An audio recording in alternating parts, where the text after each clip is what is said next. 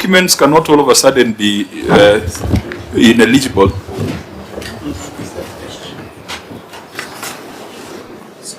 Chair, if you because our worry is this: if all these documents were available, why were they not presented to the Auditor General for them to be brought to us to be doing an audit? When all these things could have been done in the 3 months that the auditors were there. That's why we started this meeting by asking you about your audit committee and your internal arrangements. Now we are forced to do an audit. But your officer says she can't read her document. Now, what do we do?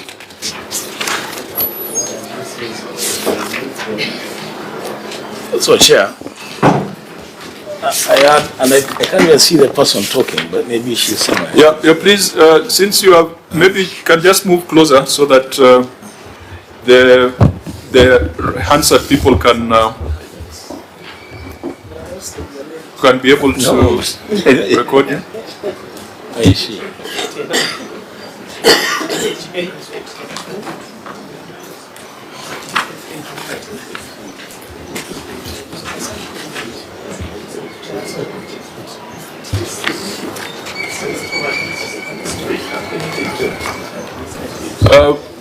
Office, I think I've been asked by the Hansard team that you reintroduce yourself because we'll be doing a verbatim report. Just reintroduce yourself.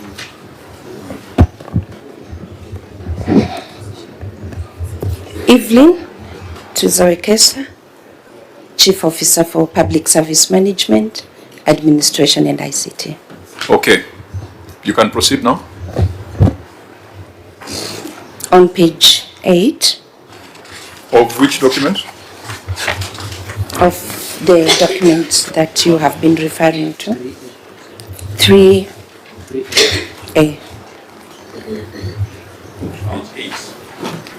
Page 8 of the current document or page 8 of the Britam document?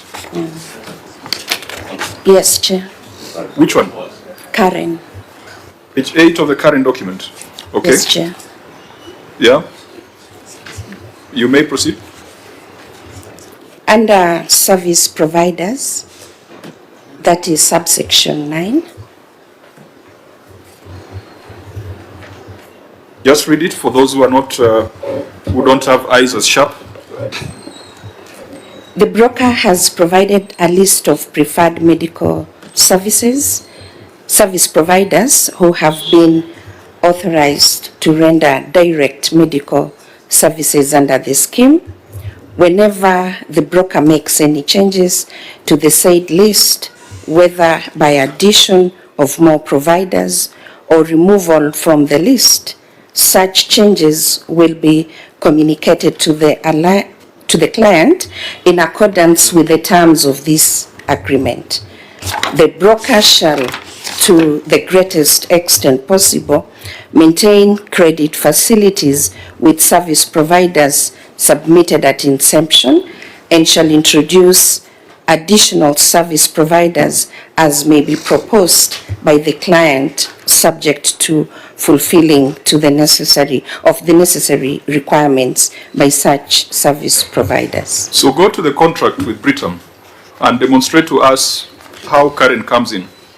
No, Chair. Just before you go, because the question, I'm the one who had asked the question, where in the current contract does it make reference to Britam? Before we go to the other contract, that clause that you have read, has it spoken anything about, has it identified any medical scheme provider? It doesn't here. I said it was signed on the SLA, which is not here. Okay. What was the purpose of you reading that clause? If it was not to answer the question that I asked. I asked, is there anywhere in the current agreement where the provider Britam is mentioned? And you said yes. That's why we got to you reading. Why were you reading that clause? What question were you answering? The brokerage. Well, you're taking us down a rabbit hole. Now, let's. I conclude that line of thought. Let me just conclude it. Because I don't think here we're dealing with a list of providers. we're dealing with one service provider. So, how is this list supposed to help you or even us? Because it's a list. But here you have a policy, you're saying there's a policy in the 3B, the Britam,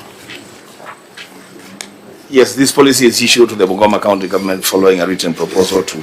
So, this list, you are saying that in the service level agreement, we will go and find Britam in a list of providers. That's what you're saying. Okay, Chair, I said that we signed an SLA which has not been provided here. No, I asked a direct question. So you're saying that the provision for Britam will be found in the SLA, right?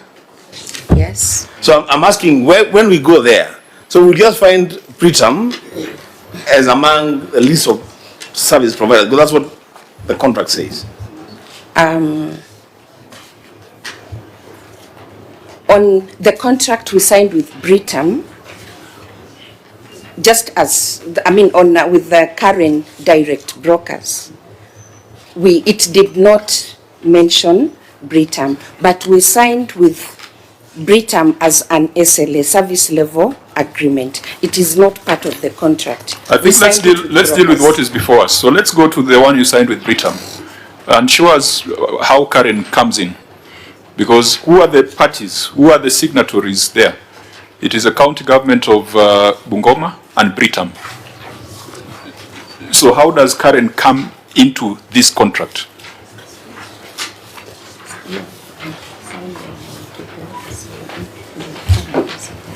Is there anywhere in that, again, similar to the question raised by Senator Sifuna, is there anywhere in the contract with Britam where Karen is mentioned and acknowledged as an intermediary?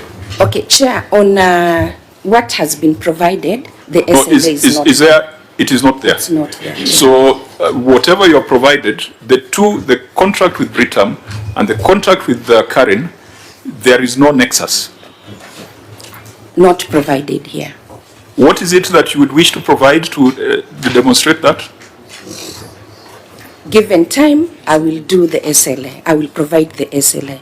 Senator Sifuna? Now, Chair, you know that gentleman called Oringe is my friend. I know he's a lawyer. I think you might help your colleagues more.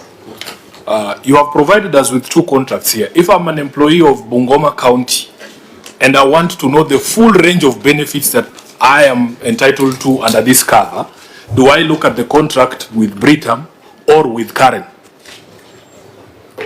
Yeah, thank you, Chair. I think you look at the contract with Britam. You will need to introduce yourself. Thank you very much. It's long since you left the corridors of Parliament. Thank you, Chair. It's good to be back here. Edward Waswa is my name. I'm the county attorney. Yes, to answer your question, Senator Sifuna, is you go to Britam. You don't go to the broker. Good. So what is the value of the clauses in this contract with the Karen? Because, for instance, Chair, the thing I wanted to demonstrate to this committee and to the county, let's use inpatient, for instance. There's provisions with on the Karen contract. There's outpatient benefits at page 6 of that contract. It lists out what your employees should expect. So you will see there consultations with a medical practitioner, consultation with a specialist, laboratory investigations, and so on and so forth. As the benefits the county has signed under this particular agreement with Karen, your staff can expect this. Then you come to the one with Britam on page 9. It also has the outpatient benefits and inpatient benefits, and those things don't look the same. So what is an employee supposed to do if there's a variance between the terms in the current contract and the one in the Britam contract? And you are saying the Britam contract is the go-to contract. So why were you signing this one with the broker? Yes, thank you, Chair. I think at this point it's good that we put the record straight. It was wrongfully done. because if you look at the agreement with the broker, there's no linkage between the broker and the service provider. Correct. Anyway, even if you look at the Britam, page 9 vis-a-vis page the one for current, page 6, the broker cannot provide a list of hospitals or rather the benefits that an employee is supposed to be getting. If you look at the insurance laws, that is not amenable. So I think this Britam document, Chair, I think it was not properly done, and I think that is it. If you are to be given 1 minute to be a prosecutor, how would you frame the charges on this? Chair, I think on that one I'll pass for obvious reasons. I cannot prosecute. Unless you are casting doubt on your training as an advocate. No, because as an advocate, Chair. You have said that it was wrongly done. That is correct, Chair. Yes. So what is the offence there that we should frame? In this case, Chair, my client is the county government of Bungoma, and therefore I can't prosecute myself in this matter. But just allow me to leave it there. I'm sure. Okay. So the record is guilty as charged. So it's upon us now to make recommendations. Senator Dulo, then Senator. Thank you, Chair. Being the county attorney, were you part of the people who looked at this contract? Because as a county attorney, this must come to you because you are the technical person. We should advise the relevant department. Thank you, Chair. As Senator, I wasn't there. As you can see, it was done in 2023. I just came in last year in April, so I wasn't part of the team. It was done by my colleague, the erstwhile council. So, the Chair, former attorney. So why he was fired? I can't. So are you seeing this now? To be sincere, yes. We looked at this document and we discovered detailed issues with my colleague, and I'm not allowed, of course, by the profession to crucify my colleague here, but this is it. That is the situation as it is. You have seen it now? Yes, yes. Okay. Now, members, we are flogging a dead horse. They have agreed that they messed up. It is for us to pronounce ourselves. Senator Wakoli. As much as we are morticians on this matter, Chair, I want to ask the following questions. When I came to Senate, I placed this question through the House. And the workers of Bungoma County were complaining over Britam when our governor came into office. They were going for treatment in various facilities and they always turned away. Some had opted to pay for themselves, the county government staff of Bungoma. Now, it is very clear that it was done deliberately. What remedy are you taking to ensure this does not happen again? Because I'm aware, Chair, another service provider has been brought on board. Is this service provider operating under such terms that he decides which services to give, when and how, and who to turn away and who not to turn away? Finally, have the staff of Bungoma been consulted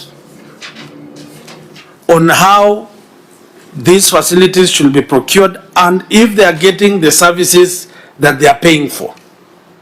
Because there is one thing to provide for them and there is another that the staff are enjoying and benefiting from what they are paying for. Thank you, Chair. Chair, before you respond, Senator.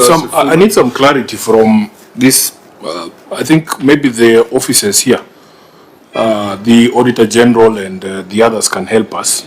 When a county advertises a tender for provision of staff medical insurance, what exactly are they looking for? Are they looking for an insurance broker or are they looking for an insurance service provider?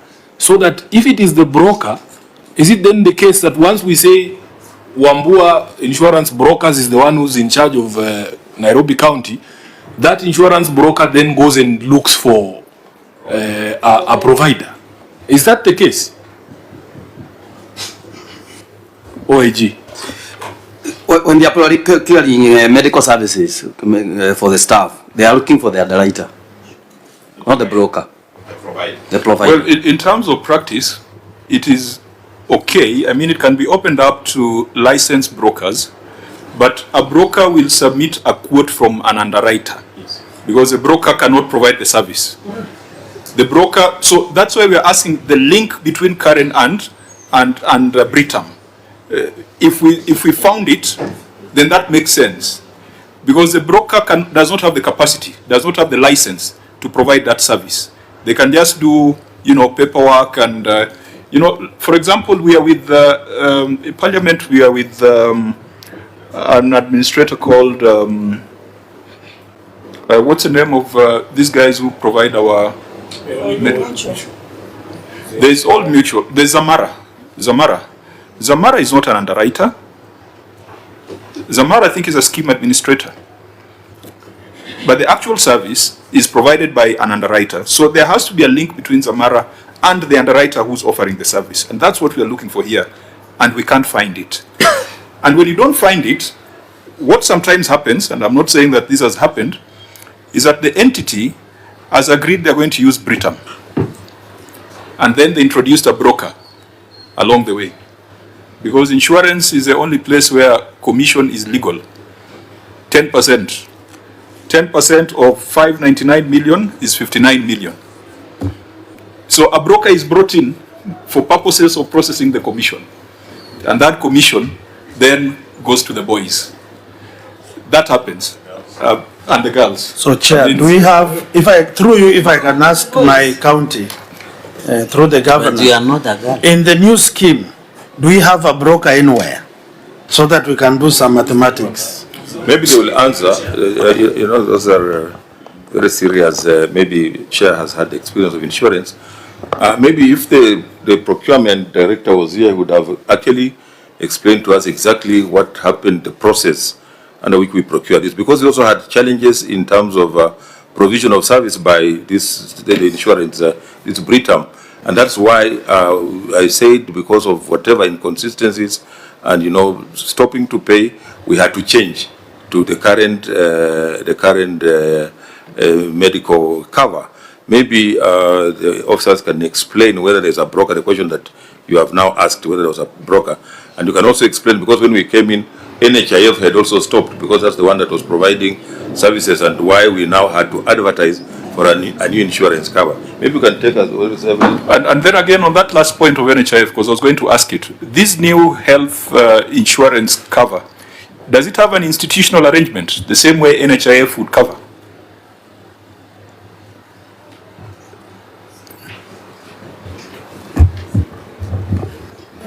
Once more, Chair. We have a new medical scheme, and it's a broker again called Transnep under the undercover, underwriter Jubilee. But because of what had happened in the first insurance, we had a sitting with Jubilee, the Transnep, and the county government, and we agreed on how it will be solved. So we signed again a contract, a service level agreement, and we have been having quarterly meetings with them. They have had an education month with our staff. Oh, no, just leave it there because for purposes of time. Okay. I think that was the last bit of the question. You were previously on NHIF. Yes, as a county government, we were. The new health insurance scheme, does it have an arrangement similar to that? It has with SHA.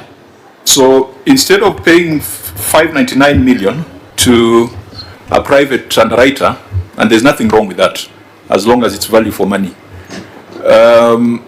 have you tried getting quotations for a similar cover from, is it SHA? For this time, I haven't tried, so I cannot answer. What premiums are you paying under NHIF back then for the same complement of staff?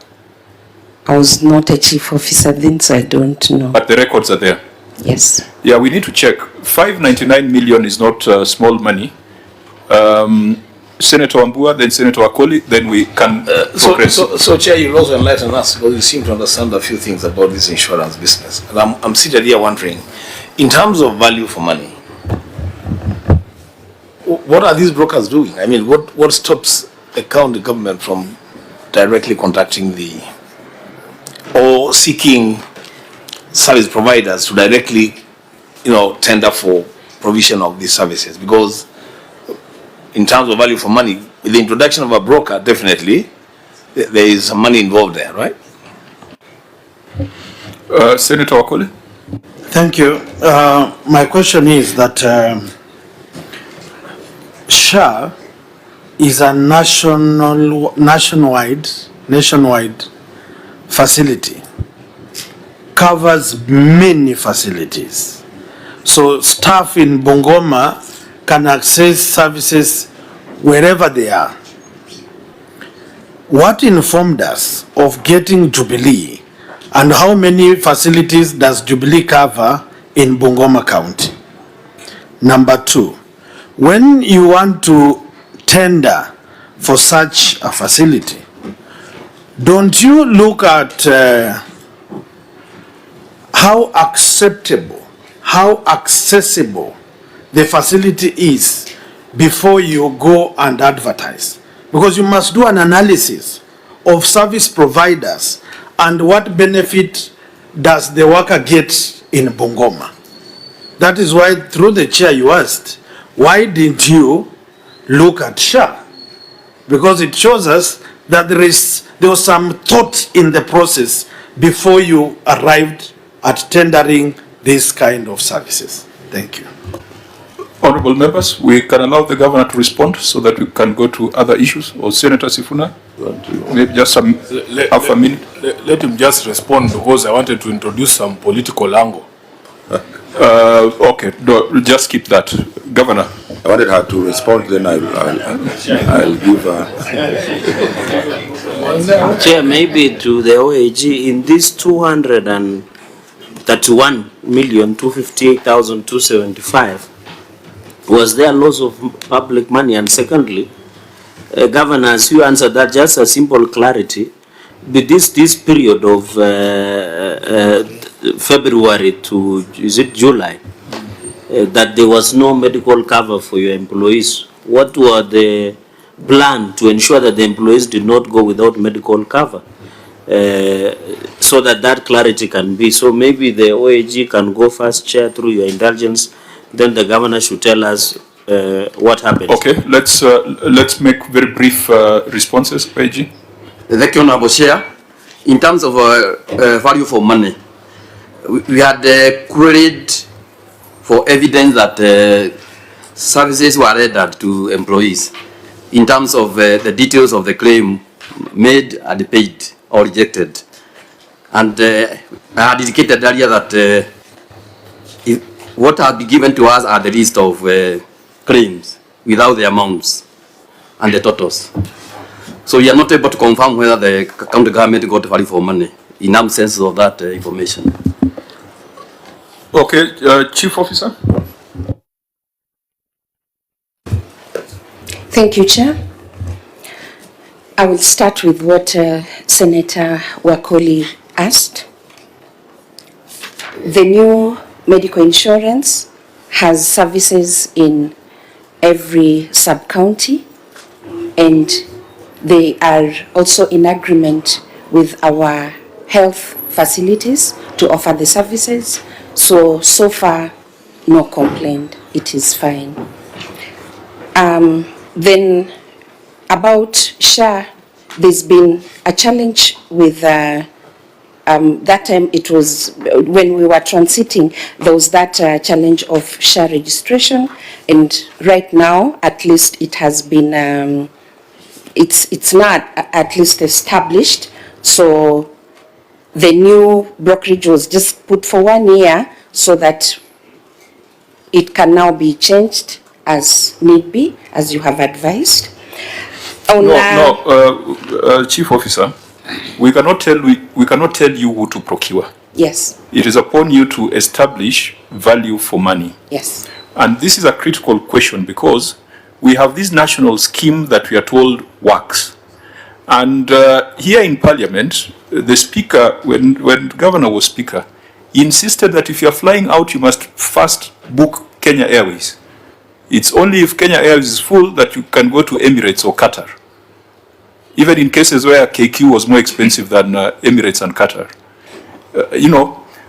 Basing on that same principle, why would we not prioritize SHA, if indeed SHA works, to provide cover for county governments? Do you see any challenge if you were to say you must first consider SHA the same way we first consider Kenya Airways?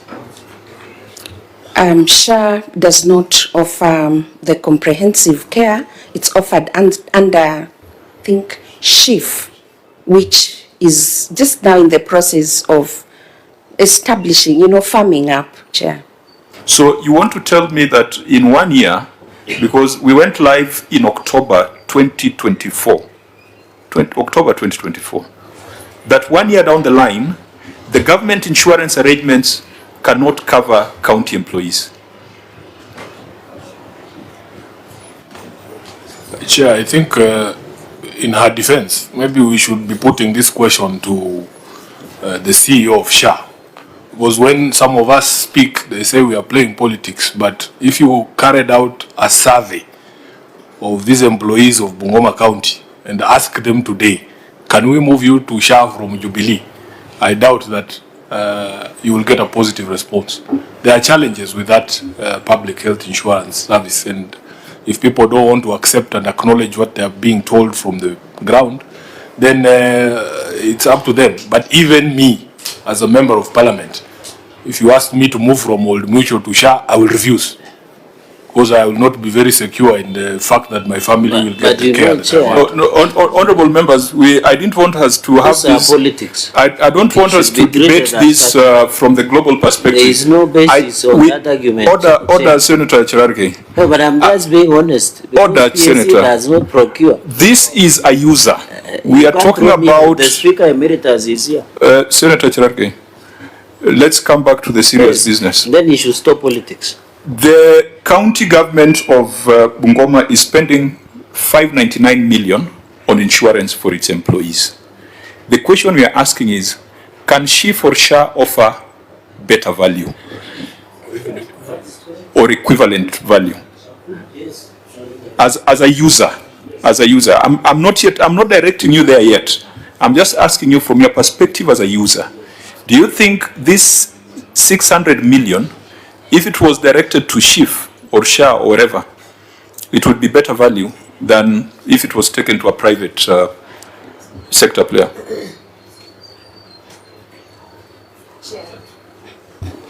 Chair, it's a tough question. Yeah. It's a tough question, really. But so far, I can say for what we are using, Jubilee has done well for Bungoma County now. No, we have left there. I know Jubilee, I know Britam, all these are underwriters with capacity.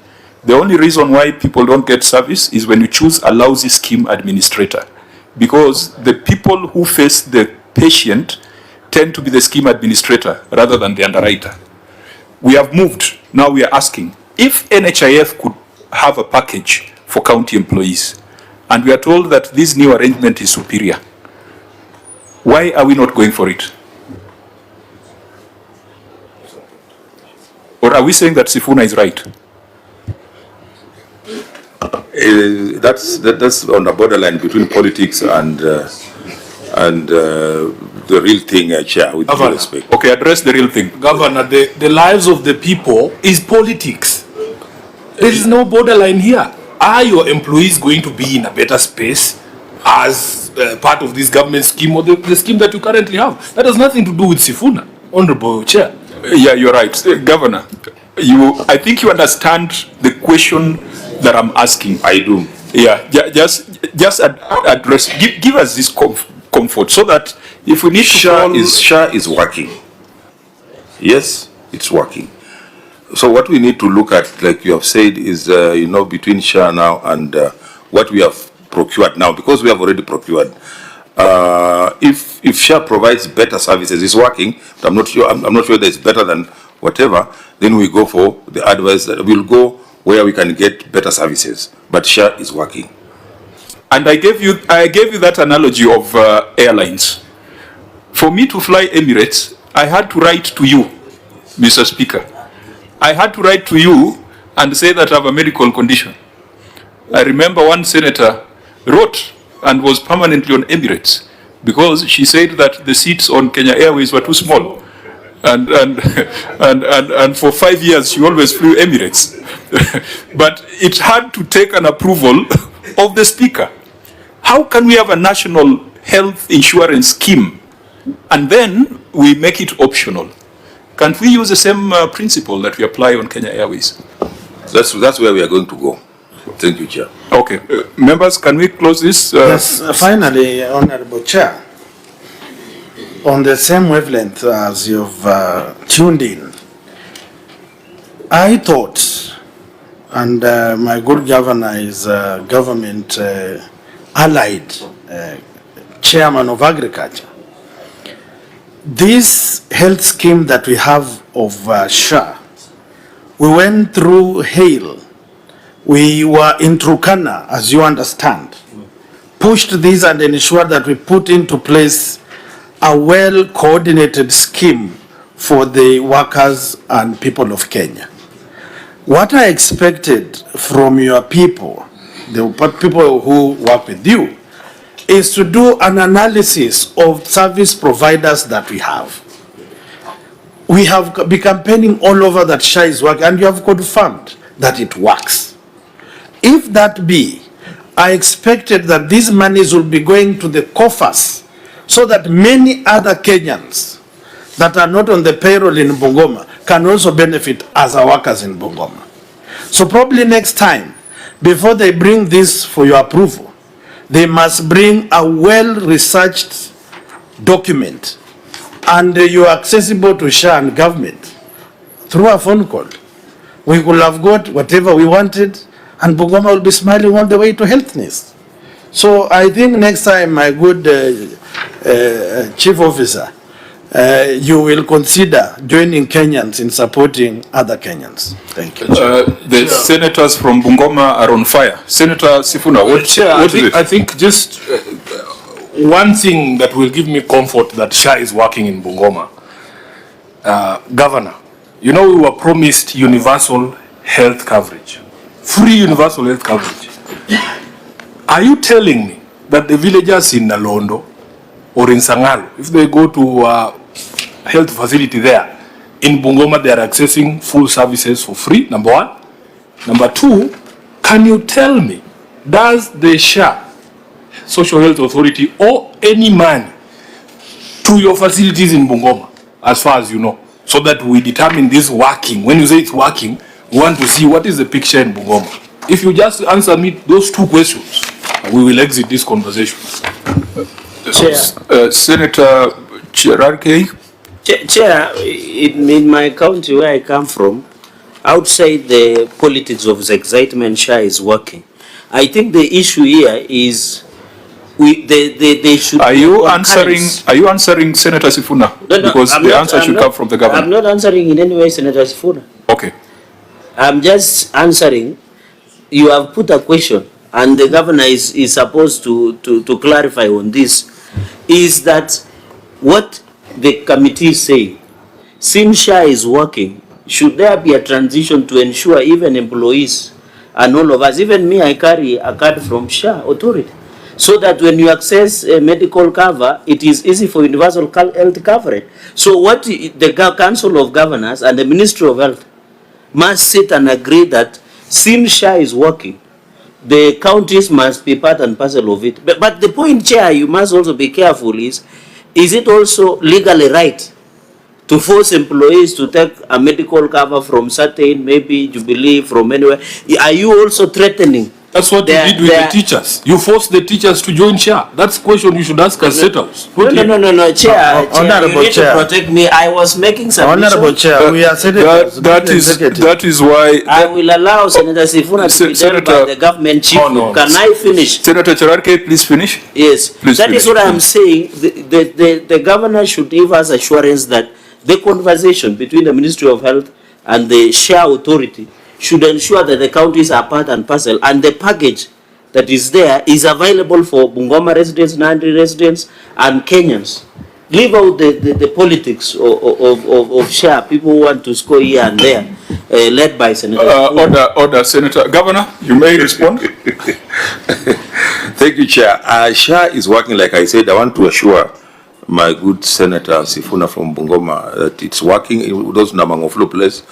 The only challenge has been reimbursement, which have delayed. And we have held a discussion with... How is that working? No, it's working. You know, Unless in Bungoma, you may be driving a working vehicle. is different. You may be Chair, can driving you a... protect the governor? Governor, order. Senator's order. I think we have veered off where we were, and I understand that we are national politicians, but it's something we can deal with separately. I think our concern as a committee is if one county is spending 600 million on insurance cover and procuring from a private player, which there's nothing wrong, assuming all counties were to take the same route, that's 28 billion Kenya shillings, 28 billion. We cannot force you to go to SHA or SHIF. They must also compete with the Jubilees and the Britams and the other players.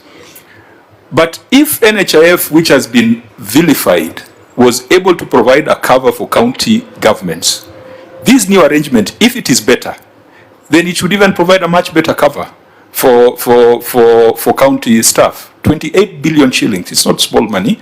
That's about 5 or 6% of the total amount of money that goes to county governments. Isn't it? 6%. 6% of 400 billion. 6% is going to insurance. So, if the government scheme could come up with a cover, a product that works, that then should be the go-to scheme. But from what I'm hearing from the government apologists and the government critics, it appears that we are all in agreement that we still don't have a solution. So we move on, but on the audit issues here, Auditor General, please advise us on the lawfulness of the procurement of service providers here. Please ensure that you get the policy document for the past and the current cover. And then I think there are other things like the claims or loss history that you have asked for. You will advise us, having looked at what has been submitted by the county when you're writing our report. That's not the Chair. Chair, just a question. Are the two insurance covers running concurrently? One expired, there was even a gap in between, which again leads us to a conclusion, Governor, that you must do something about how you manage your human resource, because it gives a picture that you are treating your employees badly. If they are without a cover for how many months? How many months were they without a cover? About 3. About 3. As an employee, if you're in that situation, you would easily resign and look for greener pastures. Sure, that's why we have said we have aligned now whatever we have with the financial year, so there's no gap. Now, honorable members, we must make progress. We go to impressed. Auditor General, you had given us a brief. 7.6 million is being investigated. 6.1 million is held by officers who exited service, and 12.1 million has been submitted for recovery. What has been the progress so far, OAG, so that the governor can address anything that is outstanding? Thank you, Honourable Chair. As you have indicated, 7.6 million is still at the EACC investigation. The 6.1 million has not been recovered. That relates to the officers that have since left the organization. What is being currently recovered is 12.1 million. And the management has given us evidence On the 12.1. 12.1 million. So what about the 6.1 million? Governor, what is the action? What action are you taking to recover the 6.1 million? The county attorney is already handling, you can respond. And please refer to the evidence in file. I'm trying to be efficient so that we don't read everything word for word. There are matters where we'll take written responses. So just direct us to the action you are taking. Yes. Yes, thank you, Chair. We have we did demand notices, which they never responded. We've now filed recovery suits, and that evidence is on Appendix 4E. So we have filed suits to recover the same. Appendix 4? 4E.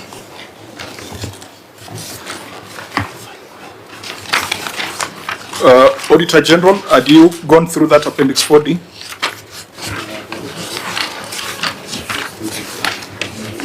Auditor General? Yes, we had. What is your interpretation? That one has not borne any fruit until when the money will be covered, and then that's when the issue will be addressed. But they are making some, they are,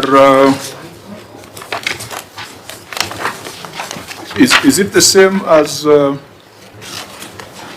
here it's 6.3, it's 6.3.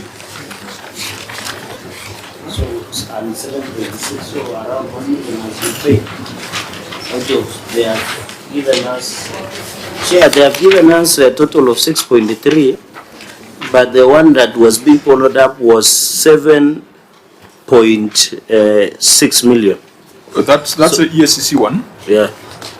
Out of 12, it means that 6 million has been paid. That's why they are following up 6.3 million.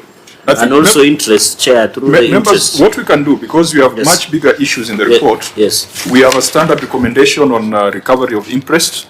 That is one area where the TFM regulations have been very clear on what action needs to be taken. So you don't even need to waste time. If these are not going to bear any fruit, the onus is on the accounting officer. I think that's how the PFM regulation is crafted. Our recommendation would be the accounting officer within certain timeframes must recover the money with interest, failure to which they shall bear the loss.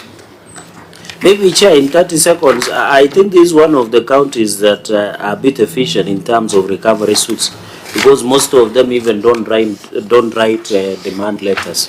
So I think this, I hope these suits will yield to something, that the recovery of this 6.3 million shall be achieved.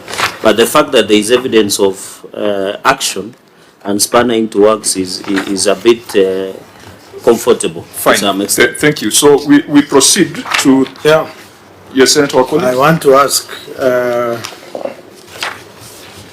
the current status of interests in Bungoma. Many of our staff always cite these things to enjoy like others. I put it to us, are our staff, including those who are here, benefiting, or they equally have pending interests, my governor? Because I always get petitions that some of our close friends, those who accompany you, those who work with our CECs in the county government, they are always requested just to sign forms and nothing forthcoming. So I wanted to ask, is the management of impress handled properly, or it is a tool for, as we saw, remittances not being remitted at the benefit of other people? Thank you. Senator Sifuna? Chair, just a concern. If you look at some of the cases there, the reason why that interest was taken, it's quite shocking, Governor, that you have somebody holding 3.6 million shillings of interest for the facilitation of the Christmas tree lighting celebration in a county such as Bungoma with all our challenges, Chair. You know, it doesn't make any sense. I agree, Chair. Unfortunately, it was not me. It was the previous, it's wrong actually to hold such an impress, but we'll recover. Thank you, Chair. So you spent 3.689 million for Christmas tree celebration. 2019. Facilitation for Christmas tree celebration. 3.689 million. Governor, you see the things that make people feel like devolution is not working. I thought we had seen crazier things where there was a housewarming for 5 million. Now you have a Christmas tree lighting at 3.6 million, Chair, and the money has not even been brought back. Chair, just for the record, because I know media will say I am the one who has done that. It is 2019. Please, Chair, I also need protection. Because what is going Oh, to you are not under any threat, Governor. Because you are dressing like, it's me out here. People are watching it live. People are watching it live. I am dealing world. with the county government of Bungoma. Yes, no, that is right. The county government of Bungoma spends 3.68 million for Christmas tree celebration. This is At 2019. Yes. Yes. Yeah, the county government of Bungoma spends 3.689 million for Christmas tree celebration. I mean, I thought we had Governor, we are in problems in agreement. It's 2019, but you should be very careful because when I was driving around, I think I saw a Christmas tree this December. So we are just saying. No, let me put on record. We are just saying. No Christmas tree, Chair. this Christmas. This last Christmas. Christmas tree. Okay. So if you saw any tree, it was not for Christmas. It was just a tree for. most interestingly, Chair, you will see that imprest is being taken on the 9th of September. A whole 3 months before Christmas. These are some of the things that happen in these counties that make many of us worry. And these are things that people must answer for. Governor, is Francis Tome still in the county? Francis? Tome. He exited. He exited. This is a guy who was lighting up a Christmas tree in September at a cost of 3.6 million. You see why it's difficult sometimes to fight for more resources to go to county government. There's a clarification here. Chair, maybe we need to be on the same page because whatever we have here, the impress warrant is facilitation to Mbale benchmarking. But no, my friend. We are reading your documents. The case that you have told us you have filed in court is a plaint and an affidavit sworn in support of those facts by the county attorney, by a gentleman called Ambrose Makoha. Who is Ambrose Makoha? These are your own documents, Governor. We're not making this thing up. We are reading paragraph 5 of the plaint, County Government of Bungoma versus Francis Tome.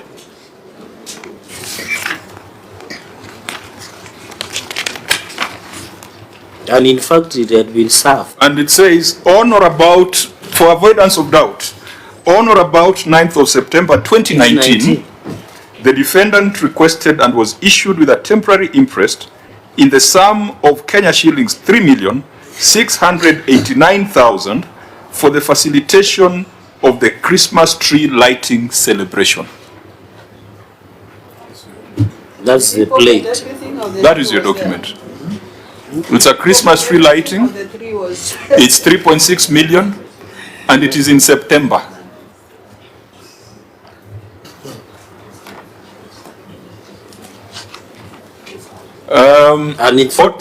Honorable Chair of Public Accounts Committee of the Assembly, how do you allow yourselves to budget such expenditure? How do you sit down as members of County Assembly and say that we'll light a Christmas tree in September and we'll give the executive 3.6 million? How is this possible? Because the governor might argue that it was budgeted.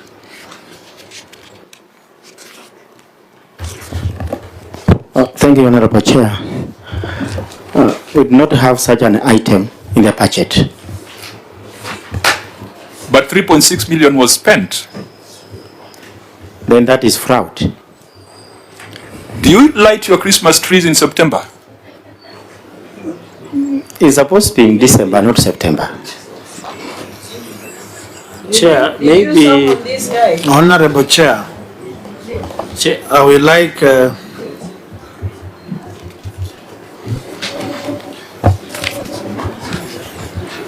Please proceed, Senator Wakoli. I want to say that this amount was spent in September as it's seen,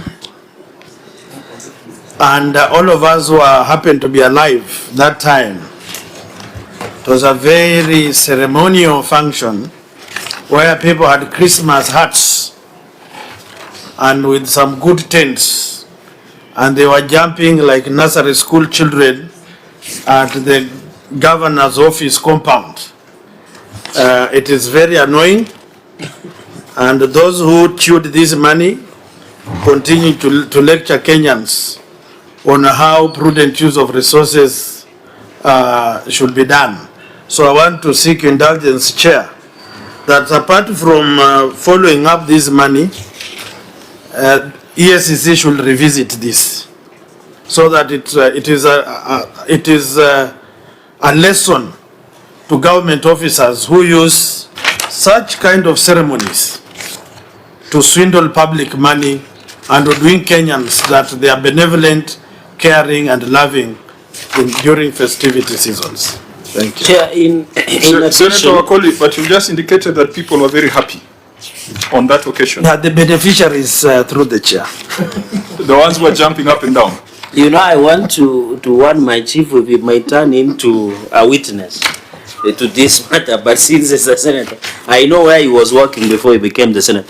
The point, Governor, just as an observation on this issue of Christmas tree lighting celebration, so you have looked, there is a problem with the management of Imprest. Maybe give us an assurance that what are you doing? Because when you are our speaker, when you travel, you approve for our travel. When we land back and we must give boarding pass, for example, the passport that has been stamped, and even invitation letter. Then you are able to surrender your Imprest. What is the management of the Imprest on this? Because, Chair, this 3.6 million that was used for Christmas tree lighting celebration is very unfortunate. I want to agree with the area senator that the ESCC must and should pick up the matter so that this thing can be, because, Chair, it's not different from what we saw in housewarming of 5 million. And now we are having 3.6 million of tree lighting on September 2019, 9th September 2019. And for us who are Christians, we know December is the Christmas. Or maybe Bungoma has a unique way of celebrating Christmas. Maybe their Christmas came early. Yeah, but this in Ethiopia, the new year was in our November. So maybe they're using the Ethiopian calendar. Maybe they're using the Ethiopian calendar. Yeah. But this 3.6 million, and I want just to find also from the county attorney through the governor, has this matter been filed in court already? But this 3.6 million on Christmas tree lighting, Chair, should and must be recovered. And I hope, Governor, the people who did this should never come to any elective positions in Bungoma again. Because as my chair said, it is hard, all of us fight for resources day in and day out to increase the resources. Then when it goes there, they're using for housewarming, they're using for lighting Christmas trees, they're also using for buying seedlings in areas where there is drought 24/7. So, Chair, I think there is a bigger problem than what we are imagining. Chair, may the county attorney also just make a clarification? Before he makes a clarification, Senator Sifuna? Chair, my worry is that this money might never be recovered.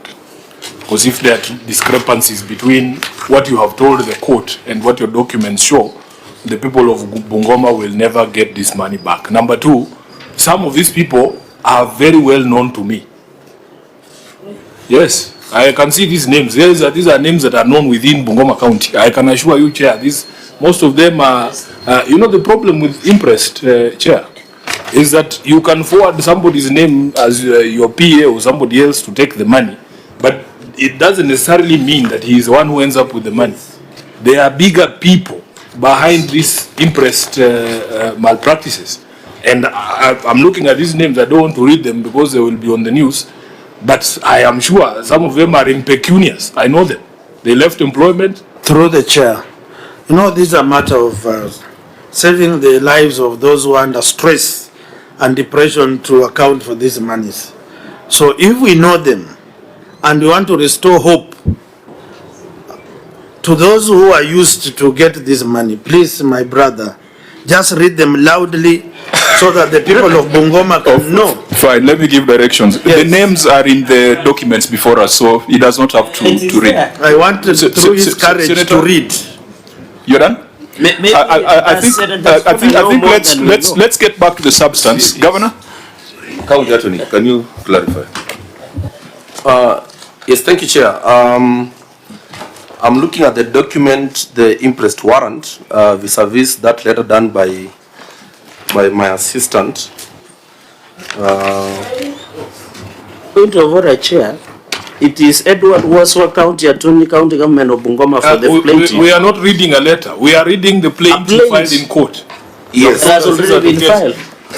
Waswa, can you get to the point? Because Yes, you're causing yourself unnecessary problems. Yes, my colleagues and counsel is that... And he's very powerful. He has an assistant.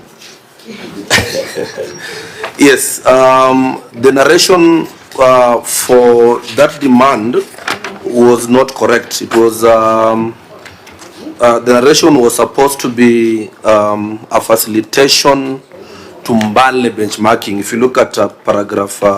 So the letter by the Chief Officer Finance dated 5th of September 2024 has a similar narration. Yes. The one that was written to the office seeking that, the first one, if you look at the page, there's 16. The Chief Officer Finance, who is the accounting officer for these purposes, has clearly indicated that the reason for interest for Francis Tome is facilitation for Christmas tree celebration. How can the county attorney be wiser than the chief officer, who is a custodian of all these records? Most importantly, Chair, these documents were presented to us to demonstrate action that has been taken. You have given us court documents. Wakili, you know, parties are bound by their pleadings. Yes, I this is agree. what you are telling the magistrates court in Bungoma at paragraph 5. Yes, I agree. Now, are you telling us we have no chance of recovery because you have already given the defense? No, I agree, senior, and I agree. We have an amended plaint. I agree, senior, and we also note that we're allowed to amend pleadings before close of pleadings. We can amend them. So I don't think there's any issue. There's no alarm. It was just a narration from if you look at the letter from the chief officer. No, Chair, on a point of order, why would you say there is no alarm when you have indicated that 3.6 million was put on the Christmas tree lighting? Chair, will allow me to direct the members to the document. Now, the Governor, we are not making useful, Yes. We are not using our time in a useful manner. What we have here is a document from the Chief Officer Finance. We've got pleadings by the County Attorney, Edward Waswa. We are not going to amend those documents before the Senate. And you have said it clearly that you were with us in the Senate when these things were happening. And that's a fact. But we must point out the madness that goes on in county governments. And that is why in your 5 years in the Senate, you saw we fought 11 times to pass the new formula for allocation of revenue. And I hope one day you'll write a book about that particular scenario. But if we do all that fighting for money to go to counties, to be spent in September for lighting up Christmas trees, I don't think that's the reason why devolution was brought in. I think on this matter, members, beyond relying on what the PFM regulations require for recovery, this is a matter that is unethical. This is a matter that must be escalated to the Ethics and Anti-Corruption Commission. I know they're around, and this is a matter that we must mark to them, because it cannot be acceptable. Really, guys, diverting money for KIPES to go to border borders, diverting money from executive to go to housewarming, at least there's a house you can see being warmed. But using 3.6 million for Christmas tree celebration in September, and the money remains unaccounted for. You see, that's the worst thing. If the money was drawn in September, used, the Christmas tree lit up, and surrendered, it would not be before us. So, Governor, it's a shame that these things are happening within the county government of Bungoma. Now you are the new captain. You need to ensure that such things do not recur, but these people must be held accountable. Otherwise, the people of Bungoma might just as well give up on devolution. So, can we close at that point and move to the next issue? Because I think we have prosecuted this enough. Chair, there was just a small matter on impress management. How are they doing now? Because if he's saying it is in the now, in 30 seconds. Considering the time, let's leave that to the auditor so that they report in the next audit cycle. Okay. So let's progress. We are done with the issues that were raised with the financial statements. We will take your written responses on budgetary control and performance and resolve prior year matters. We'll also consider the written responses. On excessive wage bill, Governor, we are alarmed that your wage bill has grown from 47% to 53%.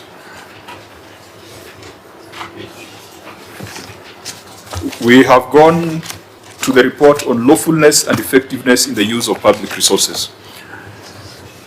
Now, as we had said at the beginning, we were concerned about how you manage your human resource. If 53% of your expenditure goes to employees, you have seen some of the gaps. Unremitted statutory remittances, lapses or gaps in insurance coverage for staff. If there's something you must do, Governor, to stabilize your county is to change the way the human resource is managed. And you have indicated that you now have a public service board.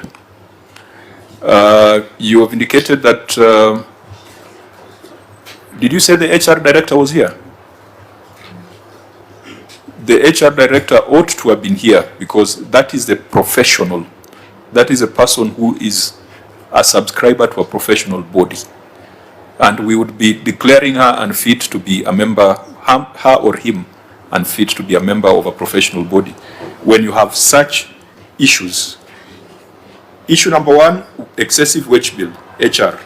Number 2, lack of ethnic diversity, HR. Number 3, employees on long-term probation, HR. Number 4, recruitment without approved staff establishment, HR. Number 5, failure to reserve employment positions for persons living with disability, HR.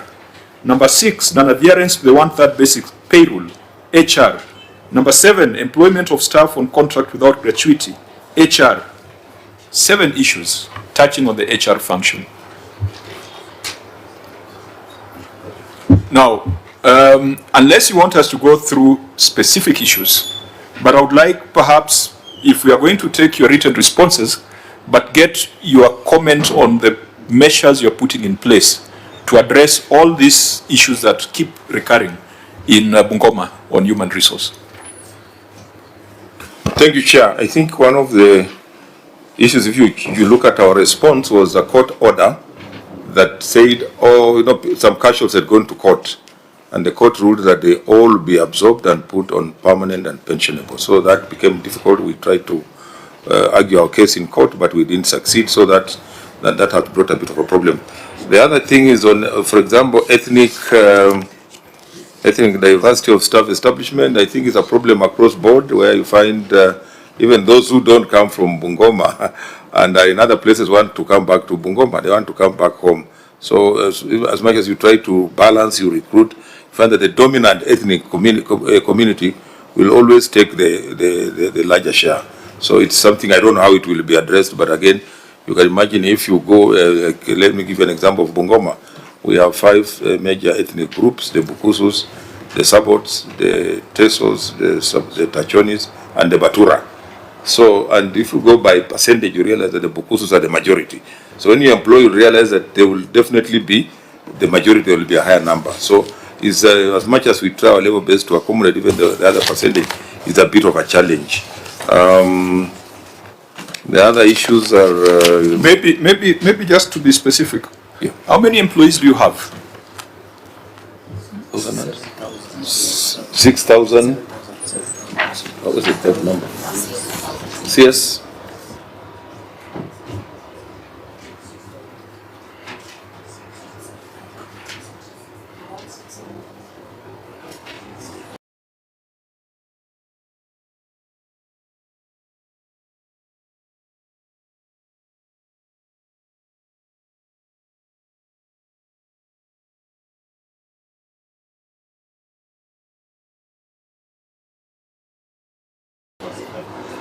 You see,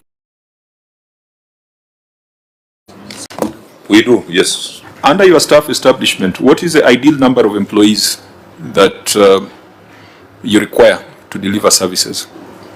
You can answer that. CS.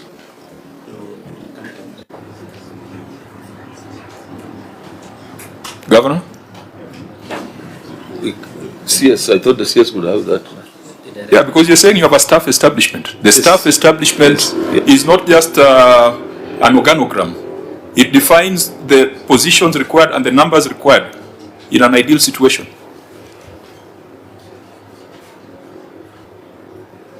Governor, you have submitted on oath that you have a staff establishment, so that information ought to be there.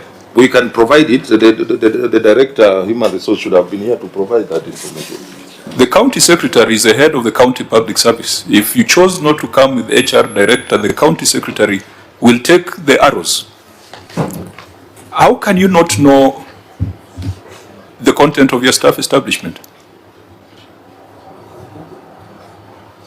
Has it been approved by the cabinet? Has the staff establishment been approved by the cabinet? It was approved. So if it was approved, county secretary, what did you approve? What did cabinet approve? You have 7,085, eating up 53% of your total revenue. In your staff establishment, are you saying you need 10,000 or you say you need 5,000? Because if you have a staff establishment that requires 10,000 people, then for you to implement it, the problem is going to get worse. So this is a question that I think CC level, governor level, it's a question that you must be able to address. What is your ideal number of employees as per your staff establishment?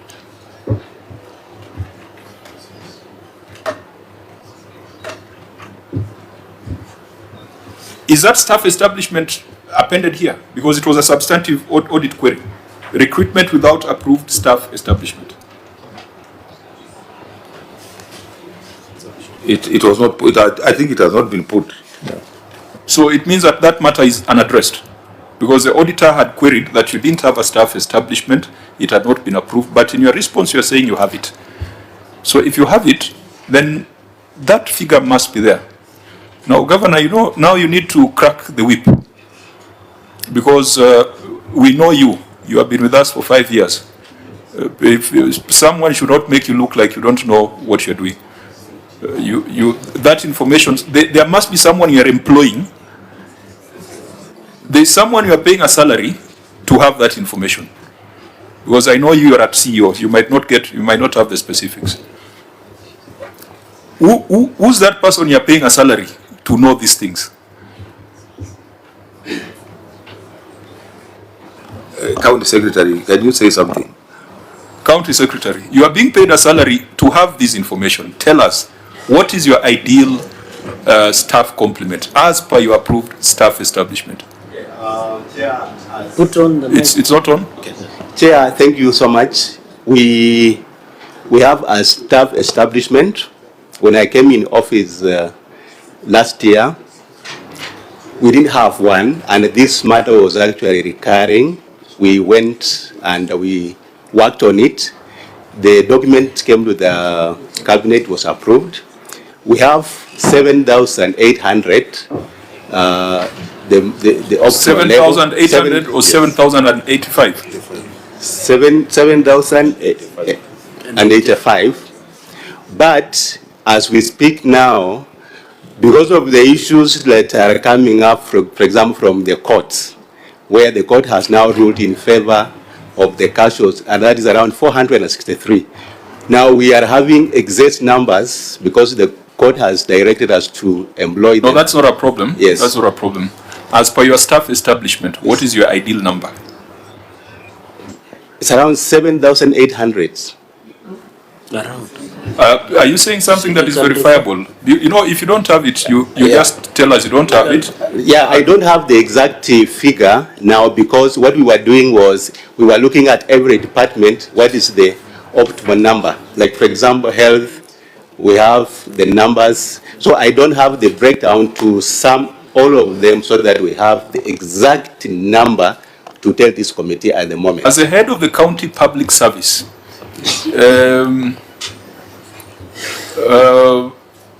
isn't it alarming that you do not know your ideal county public service? That's an oversight, Chair. I think I will familiarize myself with the total numbers from all the departments now. Yeah, I think in your role, that's a number you should be working with everywhere you go. Chair, Senator Jarake? so you are saying sometimes last year you did staff establishment, but the year under review, you employed 642 without staff establishment. What were your basis that you are doing this employment, yet you have indicated on record that you had already through the cabinet the approval of staff establishment? So who are these 642? Is it part of the people who are casuals? Because, Chair, if you look at in the report, that there were 694 employees serving on probation for a long period, up to 20 years. So these 642, were they new ones, or was an addition of 694 employees who are uncasual? Number one. Number two, what was the basis of the court order that you got? And then number three, this staff establishment and segregation of staff. These 7,085, Chair, are they in permanent and pensionable terms, or the others who are on casual? If you can answer those three questions, Chair, would it be not? And finally, maybe the MCAs, with this staff establishment, when you did the audit, were you able to see this document? Because it's just a document that should be provided. Chair, I yield back. Fine, you can have very quick responses so that we can go to projects. Yeah, thank you, Chair. The number that we have given, that is 7,085, it comprises both those on permanent and those ones also who are on contract. Now, the numbers that we employed last year, those were also casuals who had worked for several years, especially in the Department of Health. And my Honorable Senator, our colleague, is very much brief to this matter. So that figure was more of regularization because they were also casuals. The other casuals, the 463, those ones were casuals who were working in the defunct system, and therefore they went to court in 2013, and the case has tracked on until it was finalized this year, and that is why we are bringing them on board. So those are the two categories of casuals that we are referring to. Now, honorable members, there was a payroll audit that was done by the Office of the Auditor General. OAG, can you confirm that it covered Bungoma County? Yes, it covered Bungoma County, Honorable Chair. We had agreed as a committee that all counties whose wage bill was above 50%, we were going to conduct an inquiry so that we deal with the specific issues, we get to the bottom of the problems, and we find out from the counties if there is any intervention that they need from the Senate. I want to propose that all these HR issues, even though we are going to consider the written responses, we are going to make specific recommendations, but Bungoma will be on the list of the counties that will appear before this committee to go through the payroll audit by the Office of the Auditor General. So I think the HR issues here some of them we have already covered. Employment of staff on contract without gratuity provision. I think that was the 549 million that we were talking about earlier. So I think that would be the direction. We'll take the written responses, make our recommendations, but have a specific meeting to address the payroll audit. Governor, again, The auditor is citing failure to provide monthly progress reports of procurement contracts. The person you pay a salary to provide monthly progress report, who is that person?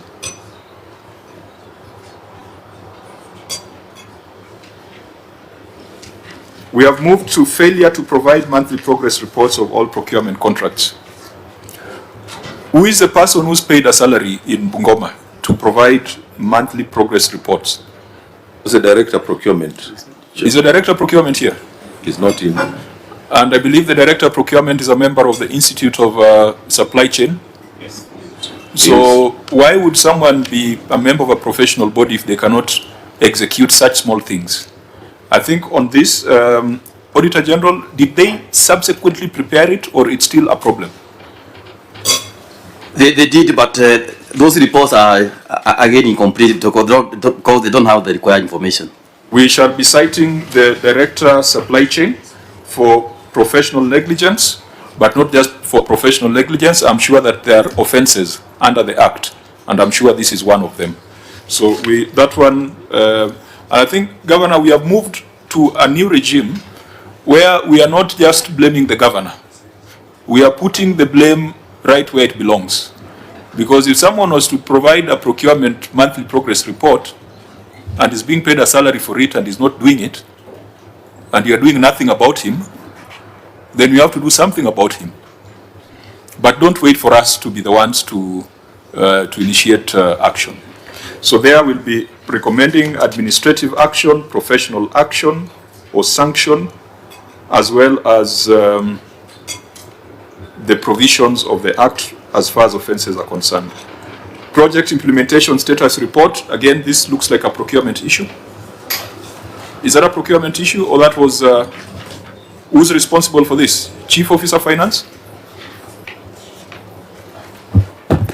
Chair, it's the Director Procurement and Director Budget. So again, Director Procurement is on this. We will look at what you have responded and take a view. Payment for subscription to other entities. This is an old problem. It was there when the governor was our speaker. We have a standard recommendation. Whereas we support the economic blocks, we just want to ensure that when we are sending public money to these institutions, there is a clear legal framework. And you recall that the then Senator Nyamunga had proposed a law on regional economic blocks. We understand the value of these blocks, but we must apply the law as it is. Honourable members, we consider the written responses, but I do not think that there's anything that can explain that kind of expenditure. Unexplained procurement and distribution of fertilizer. Here we had a problem. Auditor General, what was your finding, so that we quickly look at the governor's response? Honorable Chair, this fertilizer was supposed to have been sold at a rate of 2,000 per bag, but it was given free of charge. And that 2,000 was provided for under Finance Act 2023. And management has indicated that there was a policy. Order. Since you had advised us, you can see that the issues that your advised us are, we keep in view. We can dispense with them as efficiently as I'm doing. But this one, you said there was an issue. So just read the finding. This one, let's be keen on the details. Just read your finding, and then we get the governor's response. Okay, thank you, Chair. Unexplained procurement and distribution of fertilizer. The county executive awarded a contract to a local company on 17th December 2024 at a sum of Kenya shillings 50,452,200 for the supply of planting and top dressing fertilizers to the 45 wards, and the payment was made on 22nd March 2025 for Kenya shillings 26 million. The fertilizer was delivered in the financial year 2024-25. Additionally, the county executive awarded a contract to a local firm on 18th February 2025 at a sum of Kenya shillings 56,250,000 for the supply of planting and top dressing fertilizers for the 45 wards.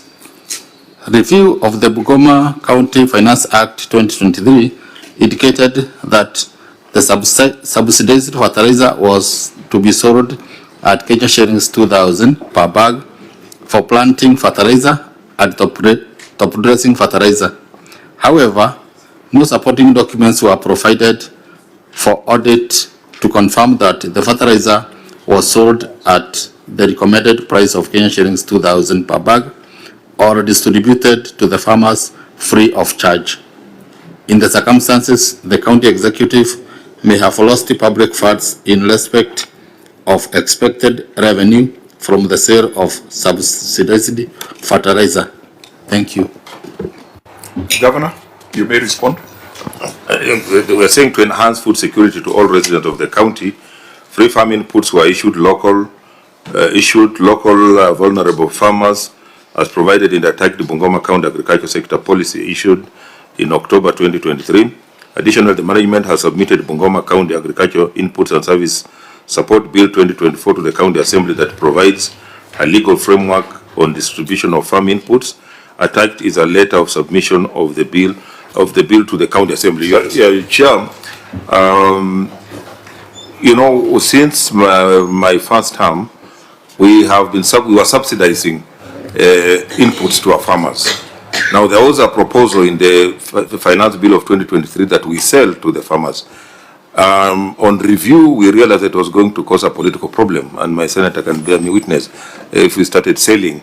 And when we proposed that to go back to the free subsidies that we were giving, the 2024 Finance Bill did not go through. So the farm inputs were given free of charge, and the lists are there of the beneficiaries for both fertilizer and the seeds. So it's a practice that we have been having since 2013 of subsidizing and giving free fertilizer or inputs to our farmers. Yes, Chair. Governor, you have not addressed the County Finance Act of 2023 because that's a basis upon which the auditor has reached its conclusion. And in fact, Chair, although the governor makes reference to those documents in his response, we don't have those documents here. I don't have the County Agriculture Sector Policy, which you have referenced as 17A. I do not have the bill. So perhaps maybe, unless it is just my copy that was... No, it's not there. They are just placeholders. Chair, we had shared the soft copy with the OAG. Were you not aware you are coming to the Senate? If you've responded and brought the attention of the Senate to Appendix 17A and 17B, does it mean that we are just, we are not useful in this session? The OAG did their bit. They've done their audit. It is now in the hands of Parliament. That should never be an explanation brought before the Senate. Governor, you may need to guide your team. Also, Chair, in my understanding of what the query was is that the OAG is telling us they don't know whether this fertilizer was given for free or sold. That you have to show something. You have to give something to show what happened to this fertilizer, because it's a lot of money. 56 plus 26, that's almost 82 million. Through the chair, as Senator Sifuna gives his opinion, it's also prudent to find out government has been procuring cheap or affordable fertilizer to farmers across the country. Is what national government providing different from what we procure to give for free? And what informs us to procure what we have done and not tapping into the wide resource of government to import more at a cheaper price and give more to the people of Bungoma? Thank you. Senator Chorake? In addition, let me pick it up from where the area senator has left. I thought, Governor, the government through National Subsidy Program on fertilizer, and you know he has more authority because he's also the chair of agriculture like you, is through National Cereals Produce Board. But when I see that you are using a local company, because we are paying 2,500 for subsidized. So does it mean they subsidize from 7,000 to 2,500? So does it mean, how do you procure on this? Number two, you have said there is a bill. Have you ascended it now into law, or is it still a bill? Then on the issue of the rejection, I think I've heard you say that the finance act of 2023 and 2024, you have just given us that there is a forwarding letter of a bill to the county assembly, but you have not given us an assentment, because you are the one who should ordinarily assent this finance bill into the act. So question one, this procurement from an independent estate of National Cereals and Produce Board. Number two, is this bill an act now? And number three, you assented to this bill fully aware that you had indicated that you wanted to subsidize and sell it at 2,000 to farmers. And then finally, Chair, this list of farmers on 45 wards, how many are they? Were you giving a household or individual farmer? You know, there is a difference between the household and individual farmer. And you saw what happens to the seedling story of Mandera, where we were being told everything that is planted across the Dawa River was provided for county, but when it came out, it was not direct beneficiary to the farmers. So is it to the households or individual farmers, and how many are they in this across 45 wards, Chair? Okay. Because Governor, I think the point is made. Senator Wakoli, let's make them brief. Just, and the list as requested or asked by Senator Cherargei of farmers, have you ever done a forensic look at the list to confirm that the lists that are being forwarded to you as beneficiaries are the true beneficiaries of the fertilizer, or they are conduits, at least just written for purposes of receiving fertilizer and benefiting somebody who is taking advantage of the process? Thank you. Governor? Thank you. I think to start with, we moved from maybe the last financial year, we bought from government to government at 2,000. So we didn't give to a private, after the audit was done, we didn't give now this time to a private supplier. It was government to government, National Cereals Board. The lists that we normally have vetting committees at all the ward, in all the wards, which includes the MCA, it includes the ward administrators, and all the other stakeholders who come up with a list of the beneficiaries, the vulnerable people. And we verify and confirm that those are vulnerable people, and people can even see it's normally public participation before the fertilizer is given out. So I think that list, expected that the agriculture people should have forwarded the list. Okay, did you forward the list of the beneficiaries, because it should be there, and I'm sure that it's there. Why it was not provided for, I don't know. You can explain, Mani. Yes. If you allow me, Chair, at the time of audit, the list was reviewed, and that query was dropped. The component of failure to provide was dropped because the list was reviewed. So what remains is to authority to issue it for free. No, we would want to get that assurance as a Senate, because the amounts involved, the 82 million, is approximately 41,000 bags. If you assume it's 2,000 per bag, it comes to about 41,000.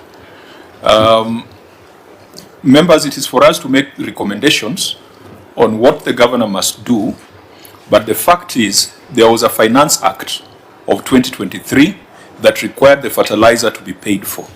The fertilizer was not paid for. To be sold. Yes, to be sold at 2,000. That was an act of the county assembly. It is lawful, and I think what you are required to do was to abide by it, or if it's impractical, to amend it. So it was not amended, so the law stands. So are you saying we made a mistake to give free fertilizer to vulnerable people of Bungoma? Because you signed a law, and all the laws of the county are signed by the governor. You, Governor Lusaka, signed a law saying you will give out fertilizer at a subsidized rate of 2,000. You signed it. We're just asking you to abide by the law that you signed. can an executive order overrule? You cannot overrule the county assembly through an executive order. Okay. Otherwise, Governor, there would be no need to bring a bill before the assembly. You should just have done it from the initial stages. You have been the speaker of the Senate, the upper house. Of course, and you know, if you were to go by executive orders, a lot of things would not have happened the way they happened in the past. Anyway, I get your point, but we gave free fertilizer to our people. Maybe I told you when we took the other bill, the GNC issue came up. You remember even the national one failed. It will not take off, and we also became casualties of the same. But I understand we will amend so that we continue giving free fertilizer or free inputs to the vulnerable groups. Sure. County Assembly, how do you feel when your laws are treated as suggestions that can be reversed by executive order? And maybe as the MCA comes, they can also confirm whether they saw that fertilizer in their wards, because that's about 1,000 bags per ward. It was 500 per ward. I was using the chair's math. 41,000 bags divided by 45 wards. No, what I'm telling you, Honorable Senator, is exactly what we gave. 21,900 benefited. Of course, it was 500 per ward times 45 wards in Bungoma. Okay, we'll relate that to the numbers before us.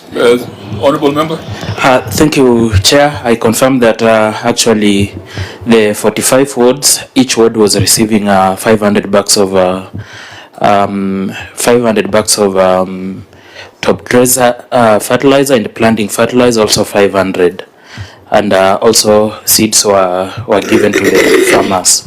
And in this regard, I want to also confirm that in regard to what Honorable Senator Sifuna has said, the fertilizer was given to specific farmers. Actually, when we are doing vetting, we don't do vetting in regard to the maybe families, but we look at the specific farmers. Then there are some things we look at, maybe if somebody has land or doesn't have land, to go utilize that using our village admins. So that is what actually happened. Address yourself to the law that you passed. In regard to the law that we passed at the assembly, actually the fertilizer was supposed to be sold at 2,000 shillings to the farmers, but eventually the tradition was there; it was being given for free. So when you're writing the law, the tradition was not there. No, it was there initially. They were giving it for free, but later on we passed the law at the assembly. But at the time of giving, after recruitment, it was given to the farmers. It was provided by the county government and given to the farmers for free. Does it concern you that you have passed a law and the executive is not following the law? Yes. Or does it concern you that you have passed a law that is at odds with what the public needs? Yes, it does, Honorable Chair, and that's why we really need to do that amendment, so that you see, this fertilizer is meant to benefit our farmers who are not able to sustain themselves, and it has really worked good for the people of Bungoma County. The only thing we need to do as an assembly is to get that amendment, then we amend the law so that when we are giving fertilizer this year, we do it in accordance to the law, so that this query again doesn't appear. Is it a case of us mourning more than the bereaved? Because it is their law that is offended, but it does not seem to be worried. But Senator Wakoli, thank you, Chair. Maybe you can, Honorable. You can have a seat. I wanted to ask this. When this law was made to pay 2,000 shillings, was public participation conducted so that the public approves that they must pay for services they are going to enjoy, so that it translated into pay, doing the same? And if you are going to reverse, are you going back to the public to say, forgive us for not doing what you wanted, allow us to amend so that you continue having it for free? Number two, in the Agriculture Committee, we have been pressing and requesting county governments to have a register of farmers, certified register of farmers, so that when you give subsidy fertilizers or any farm inputs, they must be in the database of the county government. Does the county government of Bungoma have a database of farmers so that at any click of a button, last year, the other year, Senator Sifuna can key in Wanyonyi, Wepogolo, Nasipondi, ID number flani, then it pops up to say he is from Nakoyonjo, this village, 10 bags, 4 acres. Thank you. Chair, my concern was, Governor, I can understand why someone would make an argument for all the wards to receive the same amount of fertilizer, but those wards are not the same. Now I'm sitting here thinking about East Sangalo, for instance, or West Sangalo.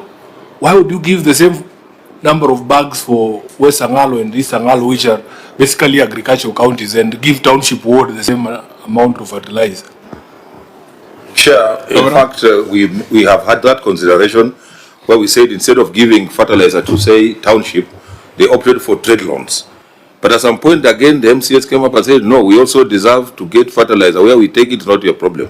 So that is the problem, Governor. Yes, that's what I'm telling you. And we are all here. No, let us not act like we don't live in this country or in a ward. That was the situation. They said, give us the fertilizer. And if an MC says, give me my share of my fertilizer, as a ward, going to plant, they can do whatever. That is very dangerous because you are the one who's the accounting officer, Governor. You cannot accept somebody telling you, don't care or don't bother where I will take the fertilizer. This is what Cherargei was asking. No, that, you know, if you give some people that fertilizer, it might end up being sold.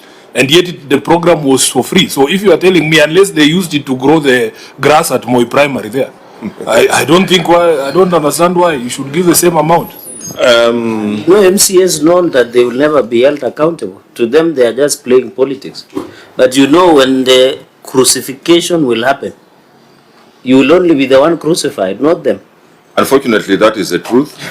That is what is on the ground. It is true. You know, let's not pretend like we don't know what is going on. That is the truth of the matter. Even if you went to, my senator was asking, if you went for public participation, no farmer will say, sell fertilizer to us. In fact, all of them are saying increase the numbers of those who should get free fertilizer. So that is the reality on the ground. And sometimes when we make these laws, sometimes we can make them and then Governor, members, just the chair, I see it's already 3, and yet we have very significant projects in this report. We have established that the law of the county assembly was violated. In mitigation, the governor is saying he has introduced policies, he is intending to make amendments. It does not take away the fact that the county assembly or the county law was violated. I think it is upon us to make a determination and a recommendation, but the governor has explained the realities and dynamics of that particular matter. Just to interrupt the issue of policy on distribution, on need, I think that's a subsidiary issue that we can deal with in the Agriculture Committee, where we sit with Senator Wakoli. Senator Wakoli Yeah, just wanted to, the others will discuss with you as agriculture. Just wanted to get an answer if we have a database of farmers in Bungoma. Yes, we do. We actually have a database, and that is what was used to get the fertilizer from the cereals board. Okay. The Kiami system, my chair, and we are also the chair of agriculture the way I am. So the Kiami system has assisted to have all the data of the farmers. So on a click of a button, you can know which farmer is where. Okay, so this particular matter speaks to public participation. The Finance Act passed by the Assembly. You went to the public and told them that we are going to charge you 2,000 per bag, and then went ahead and enacted it, but then later on reversed it. So the question would be, did the County Assembly really carry out public participation before they came up with this law? I think that's a matter that we will make our recommendations, and then you will have to implement what we recommend. Honorable members, let's move to cattle dips. Governor, sitting in Nairobi looking at cattle dips is not very elegant. This issue of cattle dips, let the County Assembly do the necessary oversight and make appropriate recommendations so that we go to Masinde Muliro Stadium. Just 30 seconds. Since these cattle tips and the issue of fertilizer, Governor, I saw you cautiously avoided to tell us how many farmers do you have in Bungoma. We know nationally there are about 4 to 6 billion. Since you said you have the database, I think you can just give us the number, then we move to the next. The number who benefited, I don't know the total number, but I know the ones who benefited from our program. You said you have a register of farmers. There was a register of farmers. There's a register of farmers, but I can't tell honestly. I can't tell it off head now. I will be lying, and I'm on. Your CC Agriculture is present? No, not here. Because I know the national government was registering farmers, so yes. I would expect there would be a database. Yes. Is it the same database, or you have separate ones? The same. It should be the same thing. Yeah. So I think members, provide. that is something that can be established. Let's go to Masinde Muliro Stadium. Masinde Muliro Stadium, Auditor, what was your concern? Thank you, Chair. Construction of Masinde Muliro Stadium. The County Executive awarded a contract for construction of Masinde Muliro Stadium to a local company on 26 April 2019 at a contract sum of Kenyan shillings 679,386,376. This was later revised to Kenyan shillings 807,464,800. The initial completion date was 14th June 2021, but was revised 4 times. At the last revised completion date was 16th December 2025. Review of the payments records revealed that the company was paid Kenya shillings 39,711,882 as the final payment for certificate numbers 2, 3, 4, 11, 13, and 14, which had been partially paid. However, the current status of the project could not be established as management did not provide the information on site instructions, schedule of outstanding works, and the title deed for the land on which the stadium is built. Audit inspection conducted on 23rd July 2025 revealed that the works had stalled for over an year and the contractor was not on site. The external fence that was built had structural defects. A section of the fence facing the VIP entrance was bending outwards, thereby forming a huge crack on the floor between the fence and the adjacent ground. No explanation was given for this defect. Also, some offices had already moved in and occupied the office block even before completion of the project and had offer for occupation.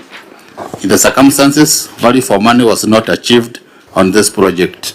Thank you. Governor, your response? Through the chair, on the current status of the project, management has provided the project status report dated 17 July 2025. Sorry, for Hansard purposes, just reintroduce yourself. Sorry, my name is Carol Makali, CC member for finance. Okay, proceed. The management has provided the project status report dated 17 July 2025, and the report includes schedule of outstanding works. The project is 95% complete as per the attached project status report. Management has further provided minutes of the site meeting held on 21st February 2025. And in this meeting, site instructions were given to the contractor who was in attendance. Instructions have been highlighted on page 3 of the attached site minutes under Appendix 19B. On the title deed for the land, the stadium land is registered under the defunct Bungoma County Council as per the attached copy of the land search. No work was ongoing for almost 1 year and the contractor was not on site. The management is saying the contract for this project expired on 16 December 2025. The county government is engaging the national government to complete the remaining works. On the external fence, the wall refer is not bent but a slight curve on alignment to the existing boundary wall. The structural crack is an expansion joint between the columns and therefore not a structural defect. It is worth noting that the existing boundary wall is standalone element and not connected to the ground that is made up of debris deposit. There is no crack between the wall and the ground floor of the fence. On the county having offices already occupied, the contractor partially handed over the project on 23rd April last year after having been issued with a partial certificate of practical completion on 17th April 2025.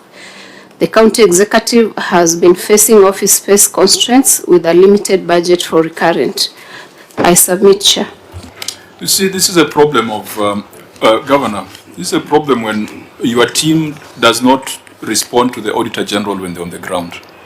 The Auditor General saying there's a crack. Your officer is saying there's no crack. Now, who are we going to believe? Surely, why did this matter, why couldn't this matter be resolved at the exit meeting or management letter meeting, management letter level? How do we now agree that a bend and a curve are two different things? Yeah, actually, under normal circumstances, we should see the same thing. So let me ask the QS to explain. No, I think you need to be concerned the way I'm concerned, because if you are not, then we are not on the same page. We didn't need to come to Nairobi to debate whether it is a bend or it is a curve, or it is a crack or not a crack. You know, what amount of explanation will convince us when the auditor says there's a crack? Then now we say there's no crack because the governor says there's no crack. And Chair, you know what is the most concerning? The people of Bungoma and the country at large, they're expecting a stadium. How is it that it is offices that were given priority? I don't think there's anybody sitting somewhere thinking we need the county offices to reduce the pressure on the county headquarters. We want a stadium. And promises have been made. I remember there was a big fanfare there in Bungoma. I think we hosted one of these national events. The impression created was that we were getting a stadium, Governor. What's going on? Chair, Governor Sifuna, when were you last to the stadium? No, I was at home in December. I didn't get to go to the stadium. But I'm just wondering, what are these things? So, what I wanted to confirm is that there is a stadium. Yes. It's about what percentage? 95%. Okay, and with beautiful offices. So we can't just leave those offices unoccupied. I thought you were going to say a beautiful pitch. The pitch is, we had a challenge with the pitch. That's what I'm saying, Governor. We want a stadium. That is what a stadium is for. You can't say we have a It's stadium. like saying you have a hospital, but the kitchen is very nice. Very nice. No. I think let's understand the spirit. We have a pitch which we want to improve. The pitch is LC Leopards played there with the Nzoya, and the canopy has been put. The pavilion has been put. So what we want to do is just to improve on the pitch. But the pitch is a working condition. You can play football there, and the stadium is there. All we're saying that now we also had offices there, which instead of just wasting, they also occupied. But the stadium is there, 95% complete. Okay, so let's go back to the issues raised by the Auditor General. You wanted someone to respond? Yes, the QS. QS, please be very quick, because we had thought we'd be done by 3. Now we are way past 3. Again, just introduce yourself for Hansard purposes. Thank you, Chair. I'm QS Humphrey Selungi, in charge of Public Works.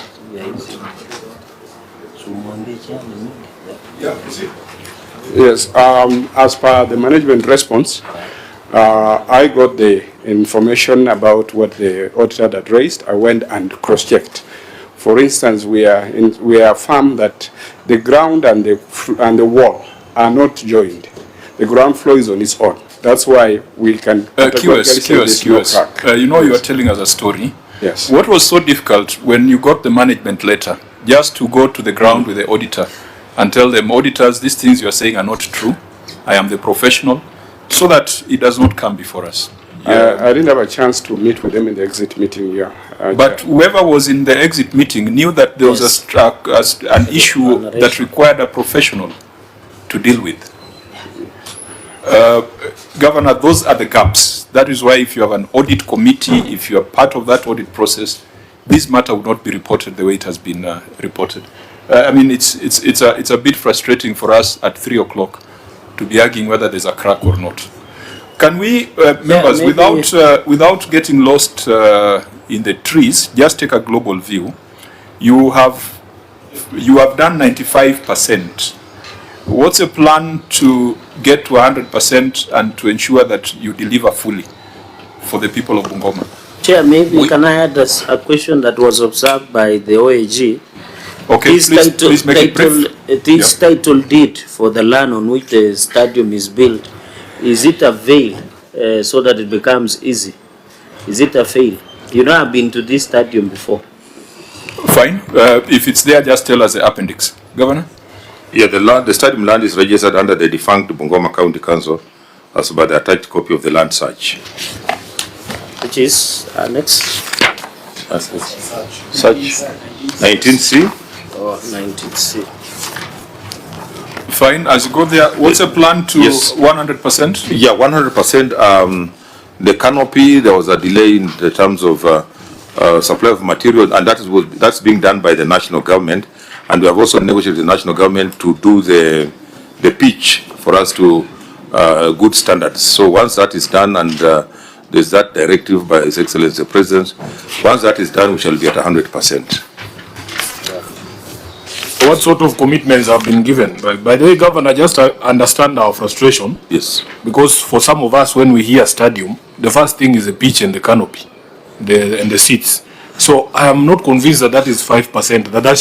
That is what should come at the tail end. Honorable Senator, we have had a lot of challenges with the contractor, that local contractor called you now. We've pushed left, right, even to get to where we are has been a big challenge. Even some of these audit, the queries that you are seeing here have been as a result of that particular contractor. But we have pushed until where we are, and that's why we said now for us to be able to conclude, because like you're saying, even as we want a stadium, our focus is the 2027 AFCON. We are also waiting to be part of it.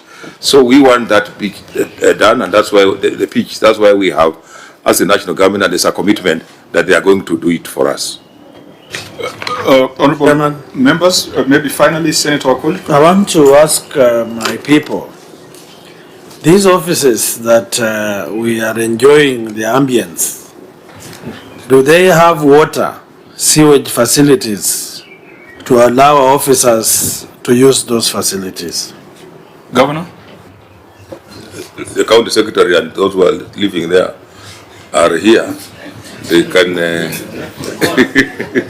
they can tell us whether there's water or not. The county secretary is the one leading the team. Sorry, through the chair, when my people in Bungoma are watching, they'll be watching him answer this question so that... County secretary, direct to the point. Yeah. Chair, I want to confirm that we have clean water and a sewer system. I am also a beneficiary of that temporary arrangement. So we have the facilities, the way Honorable Senator has asked, we have them. Thank you. Okay. Chair, I want him to expound on the temporary arrangement so that we move to the next level. You know I come to that pitch, right? Yes. So I can fly this evening and get you off guard. So please tell us the truth. Chair, Honorable Senator, you are most welcome to my office, and you will enjoy the facility. Order. Address yourself to the committee, please. Yeah, that is a stadium, my friend. That is not your office. Address yourself to the committee. You'll be safer that way. Thank you, Chair. What I can say is that we don't intend to have the stadium as offices. It was a temporary measure, as we also make arrangements to have now a few offices that are there to relocate. We had a challenge of paying rent where we were in the old building where we were renting, and therefore, as we also normalize, we should be actually moving out from the stadium, so the stadium remains a stadium. Thank you, Chair. through the governor and my So chair. it was to be your final question? Yes, I'm Make it the final finalizing. question. Yeah. Which water line are you using to facilitate the use of that stadium? Koika, I think there's Koika, the line from Koika, Koika 2 is the one that is going, and actually it came when we were doing the preparation of the Madaraka Day. That's when the water, we made sure that the water went up to that place. Number 2 is we are putting up an administration block. Why the county sector said it's temporary is because that we are putting up an administration block. Once it's completed, then it will be, all officers will move there, and then they will leave the officers for the stadium to be occupied by other officers. Fine. So we have auditors as boots on the ground, and they can confirm whether what the governor is submitting is accurate. We keep this in view, but we'll also, I think the auditor will check whether there's been any violation of the contract, particularly on pricing, whether there's been a variation beyond what has been agreed in the contract. Is there anything like that, auditor? No, there was no problem with the validation. It was well done. Okay, so it's just the workmanship and the value for money. Yes. Fine, we keep that in view. The High Altitude Training Center, I think directly, Governor, you have spent 30.9 million on a high altitude training center, but it has not been put to use. There were a few things that had not been completed, but I want to confirm that phase 1 has been completed. It is equipped. The gym is well equipped. The hostel is now coming up, and the phase 2 we are going to do the track. So it's a matter of just launching it, then we'll be able to. So it is not complete. It's not complete as yet. Reported by the Auditor General. Phase 1 is complete. I don't know whether the auditor was there, whether it saw anything. Auditor, since it's phased, maybe we can keep it in view? Yes, Honorable Chair. Fine. Chwele Vocational Training Center. The project had stalled. Even though 5 million had been paid, the total contract sum was 30 million.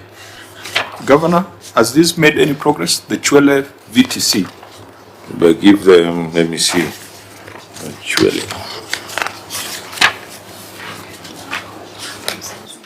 This should have been completed in 2020, 14th October 2020, when we were with you here in the Senate. Yeah, maybe let me give the CSC education also to. But 5 million was paid during the year under review. So, CC, again, reintroduce yourself.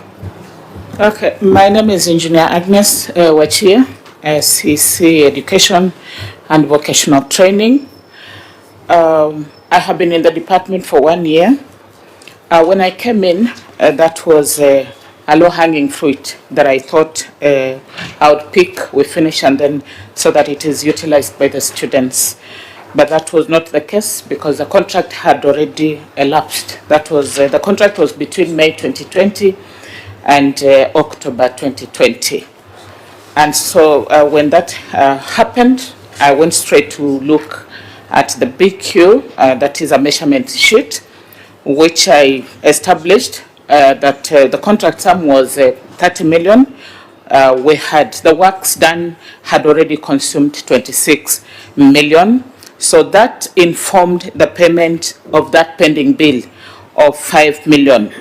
What we have done is that we terminated the contract, and we have plans, looking at the works that have remained, we have plans to retender and so that we can get somebody else to complete the works. Thank you. You have said exactly what the auditor has said. We thought you were going to tell us what your plan is to ensure there's value for money here. That is what I said, Honorable Senator, is that it was terminated because the contract also... Yes, that's what the auditor said in his report. And so what So what we want to hear from you is that this is our solution to ensure that Chwele VTC can be used for its intended purpose. Because you seem to be having, and I think County Attorney need to be concerned, because these contracts that get terminated in between, I hope that the County Attorney gets involved in those terminations, because otherwise you're going to have bigger problems. So could you reframe what the solution is? Chair, also because you have described the problem. Can she just clear some confusion that I have? Are you saying the contract price was 30 million? You said they had received 26, you added them 5. I said that the works that had been done had consumed 26 million. So what percentage of work should that be if there was only 4 million remaining? It was 90%. Sorry? That should be 90%. Yes, what has been executed is, I may not get the measure, maybe the technical person can speak about that. But what we are doing is to identify money and so that we can complete Just a minute. So you added them 5 million, you paid them a total of 31 million. Not 31 million. We have paid them about 20 million. But what has been executed is 26 million. Out of the 30 million? Yes. So that's roughly 90%. That's roughly 90%. Yes. Is that the actual project status? The QS can confirm that. So we expect that when you get a new contractor, we should be spending not more than 4 million shillings to complete. Yes, from what I've seen on the ground. But the QS So do you have a budget for it? We are still trying to identify a budget for it in the 26-27 budgetary allocation. 26-27? I thought that's done. In the coming financial year, not this one. We do not have a budget for it in this 25-26. We do not have a budget for it. So you are saying this project will remain unutilized, incomplete until the 27-28 financial year? We are actually utilizing it, but it is incomplete. Once it is completed, we shall fully utilize it. Governor, you just need 4-5 million to bring this to life. I mean, that's not a lot of money. It's the money you spend on Christmas tree lighting. I'm happy that my MCA representations are here, because these are some of the things we put in the budget. Then when they go, they remove. So I hope that they can see that this is urgent and important that we are able to complete. Yes, Chair. Any comments on this, honourable members? Governor, just to advise you that the Senate had passed a motion last year to advise counties not to begin any new projects before you complete this. We understand the pressure that you might get from the MCS to begin new projects for obvious reasons. But I think this one is very unfair, that you have almost gotten to the end of the contract itself, the construction itself. There is absolutely no reason why you can't get that 4 million shillings to complete the vocational training center before you begin any other projects. I agree with you, Senator Sifuna, that should be the position, because starting any new projects now may not see the light of day before we get into elections. Okay, I think we will keep this in view, but emphasize that it needs to be prioritized. We know the impact a VTC has in an area. It really stimulates the economy. So I would expect the MCA for Chwele to be, or representing that area, to be ambassador in the assembly when it comes to budgetary allocations. Let's move to completion of governor's residence and deputy governor's residence. A long narration there. First of all, Auditor General, can you confirm that the budget for these residences are in line with the resolutions of the Senate? Yes, they are. For the governor's residence, we had capped it at 40 million. 40 million. And for the deputy, we had capped it at 35 million. 35 million. Yes. So they're within the budget. Yes. So the problem here is that they have taken long to complete. Yes. For the governor's residence, it started on 14th of August 2023. Yes. So, Governor, this is your project. It's your project. Yes, it's my project. We've had a bit of challenge with the contractor. I think he got too many contracts. Therefore, his performance has been pushing him, but at least there's something going on now. What percentage? Oh, it's indicating 55%. Is that the percentage even as you speak? Yes, that's the percentage. Nothing has moved since No, December. 60, sorry. So the contractor is back on site? It's back on site, yes. Is that the same case for the deputy governor's residence? Yes. The contractor is back on site? Yes. Honourable members, unless there's an issue, we can keep this in view, considering that it's going on. and at least they're within the ceilings that we had prescribed. We went to a county where they had spent 200 million on the foundation for a governor's residence. So at least we don't need to dramatize this. The CAIP, County Aggregation and Industrial Park. Is this also work in progress? Work in progress. The contractor has also been a bit slow, but we've really pushed him. We're hoping, we gave him some milestones. We're hoping that he can be able to deliver. The auditor queried the title deed for the land. Was that provided, auditor? No, it is in the name of the Sangaro Technical Institute. Governor, what's your take on that? It's also work in progress. You know, it was hived from Sangalo Institute, so we're in the process of getting the CAIP to get its own title. So it's work in progress. Honorable members?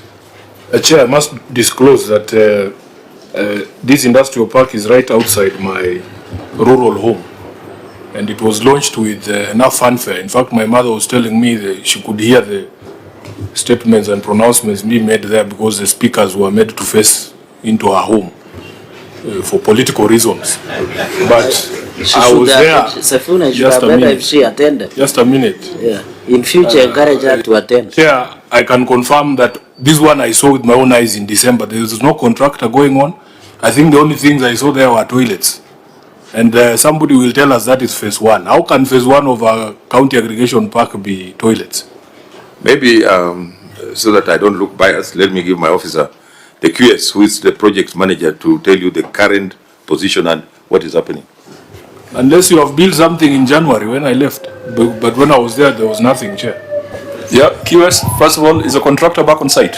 Yes, I wish to confirm, Chair. Work is going on as we speak? It's going on.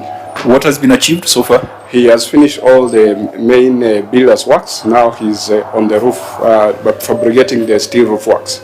He has brought in the design for approval. We are giving him within this week for the final. You put it at what percentage? Right now he's at 60%. At 60%? Yes, Chair.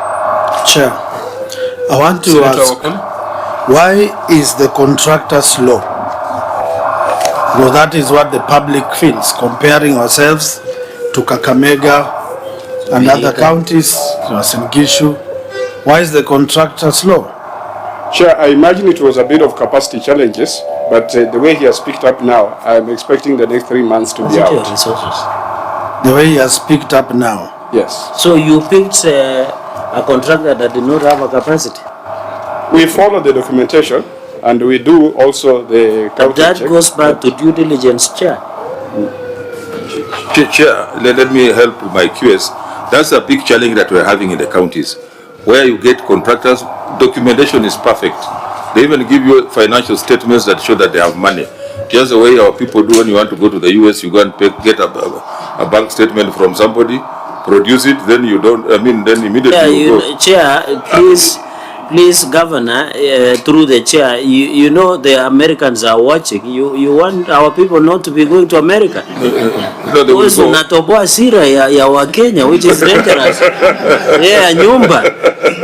Can you use a better example, Chair? And you know Senator Sifuna is a friend of the Americans nowadays. So, anatoboa sira. Or if you want to go to Uganda. What the point I was making is that we have a lot of challenges where the contractors are not presenting the correct position. Because you realize, and my roads engineer is here, somebody presents very good documentation, but unless he's paid, he can't move.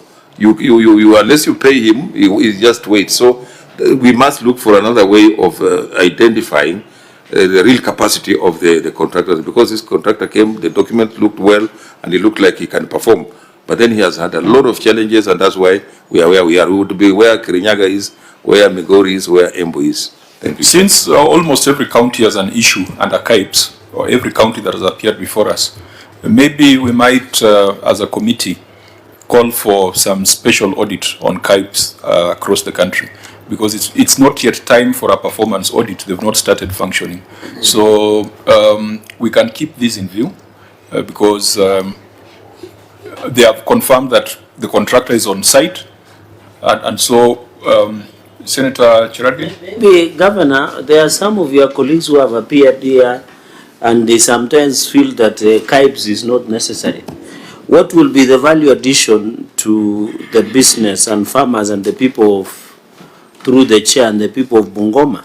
Is this necessary? Will it do some change around? Because some of your colleagues are arguing that they were never consulted, the designs were poorly done, like in Makueni and other areas. Maybe just chair, in 30 seconds, you can tell us whether this aggregation pack is a necessity in Bungoma, and whether there will be value addition on which type of goods that these KIPES will provide to the people. I think we did agree in COG that they were necessary in all the places, and governors, most governors were launching them. So when you turn around and say now it doesn't add value, I think it's double speak. But I think for Bungoma, we are going to have value addition.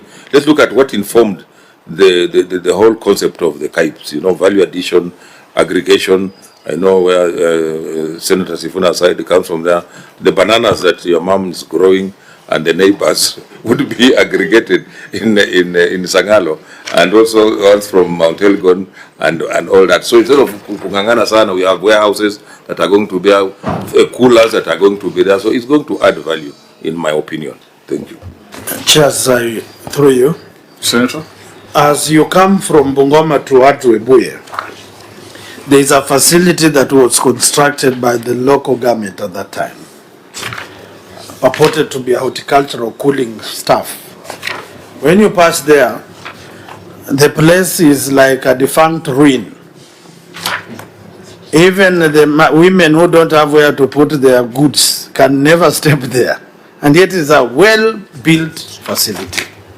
That shows us that unless we are careful and determined to do value addition, those coolers in Sangalo might never be seen by anyone, and might degenerate faster than the ones on the highway to Nairobi.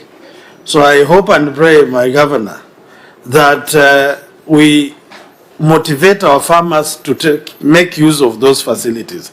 Otherwise, that structure on the way at Matisi is a key study of big projects that can be shameful to the sight of the taxpayer. Thank you. I agree with you. Governor, I don't know what assurance you can give the people of Bungoma who feel that there's usually not adequate consultation, especially public participation, when we're doing these projects. There are people who fear that in the next few years, that Sangalo National Polytechnic or Bungoma National Polytechnic might lose all its land to these government projects that don't involve the community. I don't know what assurance you can give them as the governor of Bungoma. Governor? Yeah, we will ensure that we have public participation going forward, so long as it's a proper public participation. Because I remember when I was a speaker here, we had that bill. I don't know that it went through the public participation bill, because again, my experience has been, everybody hires their own supporters to come and cheer or jeer, depending on what you are prosecuting, and then it ends up not even being a public participation exercise. But we'll consult with all the stakeholders to ensure that whatever we are bringing, it's part, they own it. Otherwise, if they don't own it, again, it can end up being an elephant. I don't know which color, but it can be an elephant. Thank you, Chair. How much land did Sangalo cede for the KIPES? Sasita. How much was Sasita? It was mine. Huh?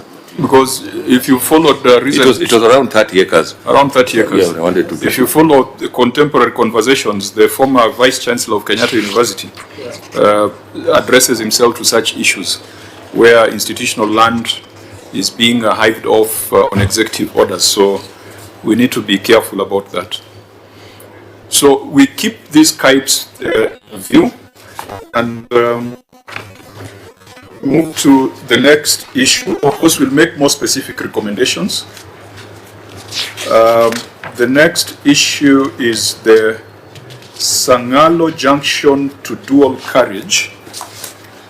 There's a very detailed finding there by the Auditor General. There's an even more detailed response from the county, which is how many pages, Governor? 3 pages. So, taking note of the written responses, Auditor General, your query was value for money. Was there any finding here that implied loss of funds? Honorable Chair, no. So when you say that, bill, for example, under bill number 16, some bitumen etc. had not been done. If it had not been done, had it been invoiced? No. When you say that concrete works, including a footbridge costing 50 million, had not been done, had it been invoiced? No. So all the issues you have raised there, Bill 16, 17, 20, 26, street lighting, was done by another state agency? Yes. Did the county also pay? No. For street lighting? No. So in your observations, you are just raising variations in the BQs? Which ought to have been done. For that 24.2 million, the BQ has not been revised to remove that item. What's the process of revising the BQ? They need to be subjected to evaluation committee. Governor, was that done? Roads.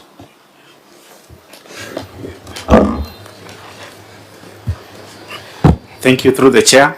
We did not revise the BQ because the contract already lapsed. The contract lapsed in 2022, and the street lights done by the national government was done in 2024. If you are supposed to do a bridge at 50 million and it wasn't done, are you just going to say, fine, it wasn't done, so there's no need to revise anything? Chair, in our initial variation, the footbridge was removed from the contract. Yes, I think that's a process that we are talking about. Yes. So, we did an evaluation, and the variation committee was there, and the footbridge was removed. So why didn't you explain that to the auditor? Because the auditor says you should have done that. You didn't demonstrate that you did it when you came for the audit. Less was not supplied with the variation contract. Auditor General, am I asking what you asked, or I'm asking for new information? Yes, we are doing the same. We did the same ourselves, and that was not explained. It was not explained? Yes. So we take, for instance, the 50 million bridge. You see, the public will conclude that the governor ate the bridge. I was going to ask if the county government now says a footbridge at Chebukube is not necessary. Is that what you're saying? No, Chair. When the contract was being varied, there are quantities that were removed. One of them was a footbridge. That's not the question. Do the people of Bungoma, because Chair, there's a very busy market that's on the road there, do the people of Chebukube there still need a footbridge on that road? Yes, they need a footbridge, and in our submission and handover of the road to Kenya, those are the part of the quantities or scope of work that we told them to do. Through the chair, I want to ask, and I don't know if this works. You know, there are people are back on that road, and the public does not even understand who is working. When did this agreement, or when did Kenya take over this facility? When a contractor had not done what we agreed that he should do, and looking at the millions, 1.something billion given to them, they have not done what we had expected them to do. Is it in order? We have not, even the street lights, as you say, they are concrete posts funded by the national government during Madaraka, consuming a lot of our taxpayers' money. There is no cabro around that road for people to walk. The drainage is pathetic. There are no rails. My friend, how can we allow such people to go scot-free and just hand over a 6-point-something kilometer to national government? Governor? And who are these evaluation committee? We need to know them. Under whose instructions are they following to change that thing? Probably, Chair, that's put it in context. When we inherited that road, when we came in, we found a huge pending bill. Most of the works that were done had not been paid. So what we did is to first of all pay for the works done before we then give them instructions to do work that they are ought to do. For example, they had not done the second layer, but we had not even paid for the first layer. We cannot tell them to do a footbridge, and we have not really paid for the first layer. Because they do work, we measure, then pay. Do work, we measure, then pay. So most of the works, even right now, certificate number 8, 9, and 10 has not been paid. Through the chair, last year, that road had manholes protruding on the road. Manholes or potholes? Manholes, and at some point, potholes. So there was a collabo between manholes and potholes. And at some point, those manholes were flattened, and people started marking that road. The public rose up against and asked, why are you marking the road, and yet part of the work has not been done? That exercise stopped. Today, they are now recapitulating with a thin layer of what we call kokoto. Looking at the sides, no drainage. On the side of West Kenya, Mteremuko, down West Kenya, that water is bringing down people's houses. We cannot allow the contractor to go scot-free. If it's a Chinese, Honorable Chair, the Chinese fella must be brought to be seen in public so that people know this is the Chinese person who is taking off with our money. Thank you, Chair. So Chair, for the record, you see the Chinese was pointing at me. I'm not the Chinese, right? No. By the way, Chair, don't suspect yourself. You know, in the elections of 2022, I might not have followed the conversation in Bungoma because I was also looking for my own seat. But I remember this dual carriageway being a very hot button issue. I don't know if the governor can jog our memory about what he said he would do and whether he has done what he promised on this dual carriageway. Governor, what I promised was to hand over that road to Kenya, which we have done. From the initial Senator Sifuna, no. You seem to know much more than the governor is. That's what I promised to do. That first of all, that was not our road. The road belonged to Kenya. For the county government to have put money, to have budgeted for about 1.9, that can do several roads. And that's what I used to say. That was wrong to have put that kind of money on a 6 kilometer road from Musikoma to Kandui. And I said it was wrong. And I said I will hand over to Kenya, which I have done. It has had a lot of issues. Even the workmanship was poor and the designs were wrong. In fact, my two senators know. To turn, you have to go all the way to see you where before you turn, but now we could not just abandon it the way it was. We have handed over to the right people to complete it, and that's what I promised. Although it has all those challenges, Honorable Senator. Thank you. It's what class of road is it? Is it a C or a B class?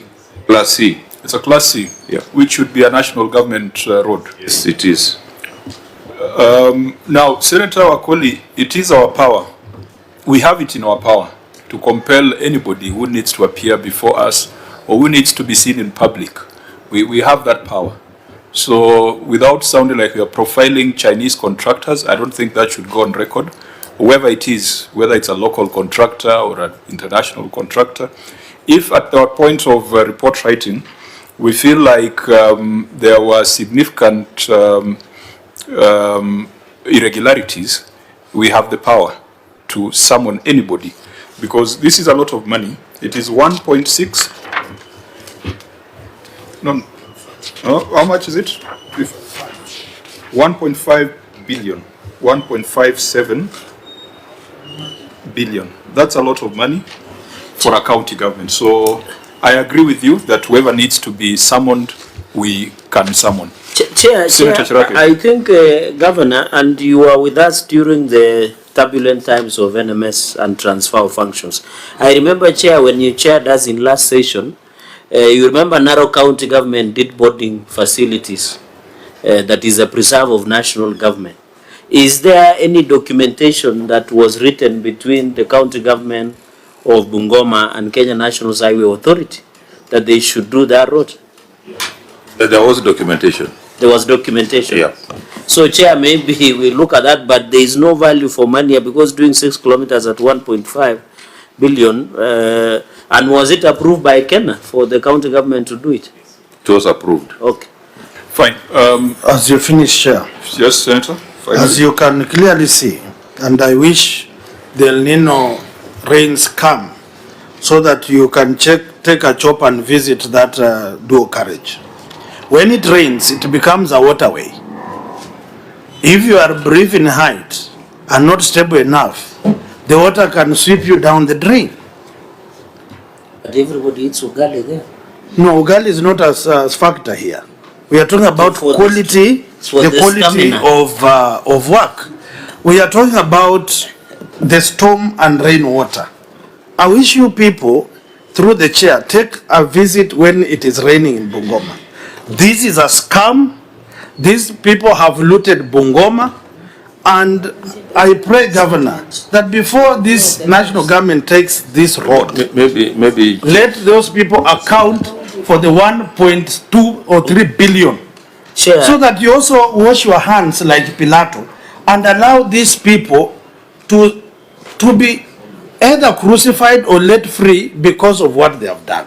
Remember, we have the power as Parliament to recommend the debarment of a contractor, so that if it's workmanship arising from the, the capacity or negligence of a contractor, then we can put a stop to it. So again, we have the power. Governor. Chair, I don't want to contradict what my senator said. He seems very angry. But before casting aspersions and making judgment against maybe any contractor, like you have said you have powers, why don't we maybe constitute some investigation to find out, because we also want value for money. We want to know how much has been spent and whether there is value for money on that particular road without making this value judgment at this point in time. Through you, Chair. Senator Dulo, you wanted to make a comment? Senator Sifuna? You know, Chair, there was a recent conversation in the national space about how counties have utilized the money that we sent to them, especially in northern Kenya. If you ask me, as somebody whose rural home is in Bungoma, did the town need that dual carriageway? Yes. Was it necessary, or was it required that the county government take up that responsibility? I think it's no. Because if you look at what the national government has done in other towns, what it has done in other towns, including our neighbors in Kakamega, that dual carriageway through Kakamega town was done as part of the road from Kisumu to Webuye.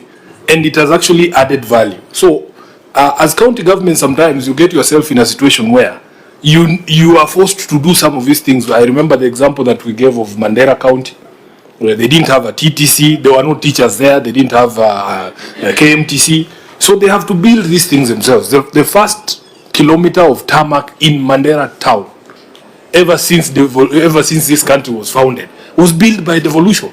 So sometimes there is a fine line, Chairman, and one of the things that we want to do, especially in the new dispensation, Governor, from 2027, is we want also, the way they list the amount of money that goes to each county through devolution, we want to see how much money the national government spends in Bungoma as well. Because they have the chunk of the money, and you find that these resources are sent to other places inequitably. Our friends in the north are celebrating their first ever road. Why is it being just done now? That's a question we need to ask. Chair. Senator, sorry, Governor. I also just wondered now that, when we talk, we are on record. You asked the auditor a question and he's responded by saying, so far there's no loss of money. My senator said there is loss of money. So what is the ruling? But I think, Chair, you know, there's a gap which you have not agreed on. Chair, the government is setting a trap for you. Your officer, you need to be careful. Your officer says that there were evaluation committees constituted. The Auditor General says that they did not see that evidence. Yes. So until and unless we see that evidence, we cannot make a definite conclusion on the matter. But Chair, you asked a direct question to the auditor and he answered. That's what I was saying now, it throws us into confusion because my senator said a lot of money has been looted. Yes. And it's on record. The auditor who is qualified, the most qualified person to address matters of impropriety in any institution, says there's no money that was lost. So Auditor, did you see the evaluation committee proceedings as you had requested for those variations? We did not, and in addition to that, Honorable Chair, we have listed so many defects in that project. Definitely, there is no value for money for that 1.3 million. Yeah, so Governor, it's. I don't think it's an issue of black or white in this, because there is some spectrum in between, which can only be dealt with if we get the documentation that the auditor is talking about. Senator, would a ruling that the auditor just keep the matter in view, would that satisfy everyone? I don't know whether it will satisfy Senator Wakoli's. The auditor said, which has been made worse by the fact that he has missed lunch. He has said there is no value for money. Yes. And number two, what my governor is saying, you know, when you loot silently, using the rule of law, does not make you innocent. We have to catch up with you. That is why when we see the road drainage is bad, all the entry points of the roads to town, the water is digging and spoiling the same road. If the traffic lights are concrete posts with the cable of Kenya Power running, then it simply tells you with no pavement for pedestrians to walk on a dual carriage. We have planted palm trees on the sides of the dual carriage without proper drainage. What are we saying? There are standards. So where I sit, I have every right to represent the people of Bungoma and say, with the billions pumped there, we need a third eye. That's important. Senator Dulo? Chair, I would advise Senator Wakoli, if he can bring a statement on the floor of the House when we open, then we summon actually the CS and also the technical people to give us evidence as far as documentation is concerned. And they can also send maybe inspectors to go and look at that particular road so that Bungoma people can be satisfied. Chair, I also want to agree. My Honorable Senator raised actually a statement on the floor of the House in transport, and we came and responded. The county came and responded to it that time. ESCC are also seized of the matter. So why don't we allow those institutions that are mandated to carry out investigations, to carry out the investigation and give us a proper report. Even me as a governor of Bungoma, I would not want to see money lost or a project that does not add value to the people of Bungoma and where money cannot be accounted for. Fine. So we'll have to tie our recommendations to the deliberations of the Committee on Roads, so that we are not. Yes, we never finished. We are not coming up with conflicting conclusions. Yes, we never finished the work because we changed the chairpersons. And number two, the arms of government that we have today must be called to order, because we are having governors in perpetuity. We can't have Mheshimiwa Ken Lusaka, first governor. When the second one comes, signs a funny deal like this, he goes scot-free. He's coming here, he's trying to account for what he never signed. We cannot allow this to happen, and yet ESCC is cognizant of this thing. So let's suggesting to the area senator to demand for forensic audit with a view of prosecution. I think that is what should be done. No, it's not even for the area senator to do so. It is us as a committee to make a recommendation to the House, directing a forensic audit, directing a special audit, directing any kind of audit that we deem fit. But for us to deal with what is before us, Governor, the proceedings of the evaluation committee that said we don't need a bridge, we don't need street lights, we don't need 50 millimeters of bitumen, can those be provided to the Auditor General? Because I've seen cases where evaluation committees have been taken to court. Yeah. So can we get details? We shall provide. So that we know who sat in those evaluation committees that decided we don't need a footbridge at 50 million. And so let's first look at the documentation, confirm that everything was done lawfully, and then go to the next level, whether everything was done effectively. That is a value for money question. So members, when you're writing our recommendations to the House, let's apply our minds to this so that we give actionable recommendations. Chair, I'm impressed by the spirit of Senator Wakoli, but there's something I said that must also, in the interest of fairness, and I said a good thing, that governors and county governments exist in perpetuity. That you don't have silos, you don't have silos. In the other side of his mouth, he said we were prosecuting the roads matter from Bungoma, but because there was a change of chairman, then that matter seems to have been forgotten. So you're saying if there is going to be an efficient and smooth transition in the county governments, let that transition be smooth and efficient in all arms of government. Okay, so can we leave the matter there? Rehabilitation of Sio Mayanja, Silila and Nandigwa rivers. We had looked at this earlier. We feel that this is a matter that you can allow the county assembly to look at, because you are saying you spent 5.9 million on trees, and then the seedlings did not survive. I don't know what decision we should make in Nairobi, because from that alone we would suspect foul play. But I'm sure that these seedlings were planted in wards represented by these members. They could be in a better position to establish. Unless, members, you think that we want to go and visit the river to see the trees and seedlings.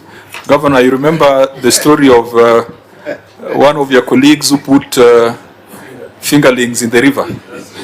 Then they swam to the next county. Yes. Is this a similar case? But I don't think it's similar. But it's maybe like you have rightly said, the members of the county assembly are on the ground. The committee can find out exactly what happened. It's also possible you can plant seedlings and they fail. It's also true. It can happen, but let's establish the truth. Okay, County Public Service Board officers, we have demonstrated that your County Public Service Board is not doing a great job. You're putting up an office for them.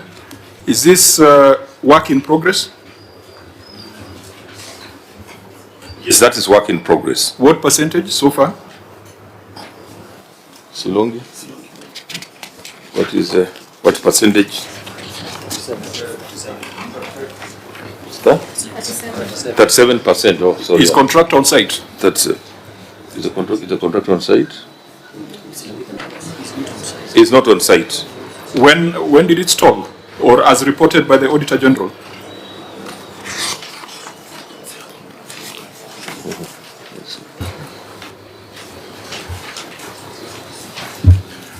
Yes, through the chair. The contractor is not on site.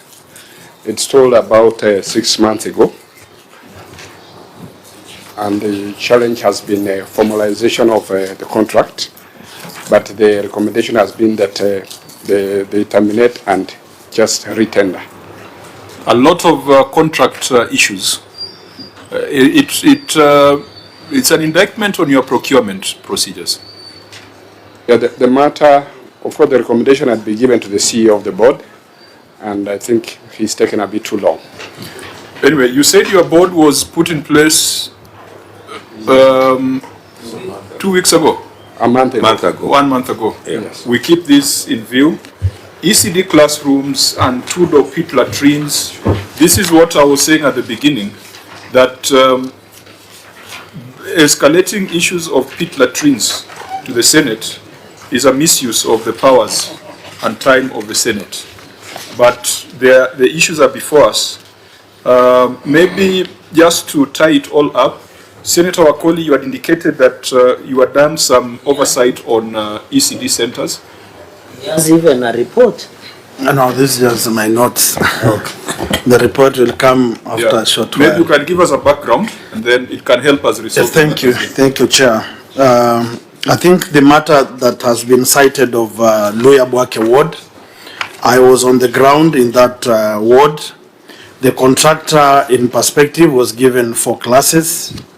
He deliberately abandoned the 4 classes, and it's nowhere to be seen. In Luya Primary School, only stones were there and nothing else.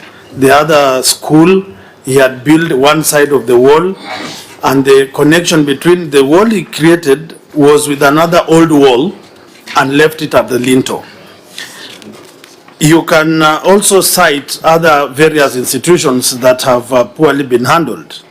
It is in public notice in Bungoma. I was in Mrefu Primary School, where the workmanship was poor. The class, I think, was built 2019.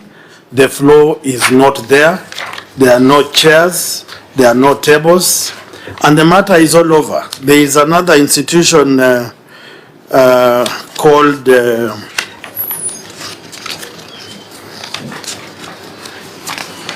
and many others. I don't want to be devil because my good governor knows. There are many unfinished classes for ECD in Bungoma. In Sibakala Vocational Center as well, because this is a ministerial matter. So this is just a tip of the iceberg. And what we are asking the county government of Bungoma is those contractors that have been given ECD classes to construct, they ought to do a good job. Do a proper class, a proper flow, do proper power connectivity, do a toilet for those children, and now that we are giving porridge, do a kitchen. These places are not safe for our children. And this is a key example of many other areas. I will be tabling a report at the Senate and also with my governor, so that proper work is done. And those contractors that have not done a good job, they must be called to order and apprehended. Those ones who received money and they have not worked, the same must be done. Those people who have approved payment for projects that have been done badly, they must also be called to order, because it seems it is a systemic problem, both from the contractor side and people in government who are working under you. So I want to request, as you share with us, you also shed light and give our people hope that we will not continue having this. There are also schools. Some have got chairs and some have not got chairs. When you look at your report of work done, some places you say delivered, chairs delivered everywhere, or teaching aids delivered everywhere. But when you go to the ground, it is not everywhere. And these are matters that the public is listening and watching you speak, or your people speak. And they put us to answer these questions. Are we doing our oversight properly, or we are simply chair members in the entire process? So this is just a tip of the iceberg that has propped up here, that we need to escalate and call to order this particular. Thank you. The good thing is that the Senate Education Committee is running an inquiry on ECD centers across the country. And I think they will do a much more detailed analysis on some of these things.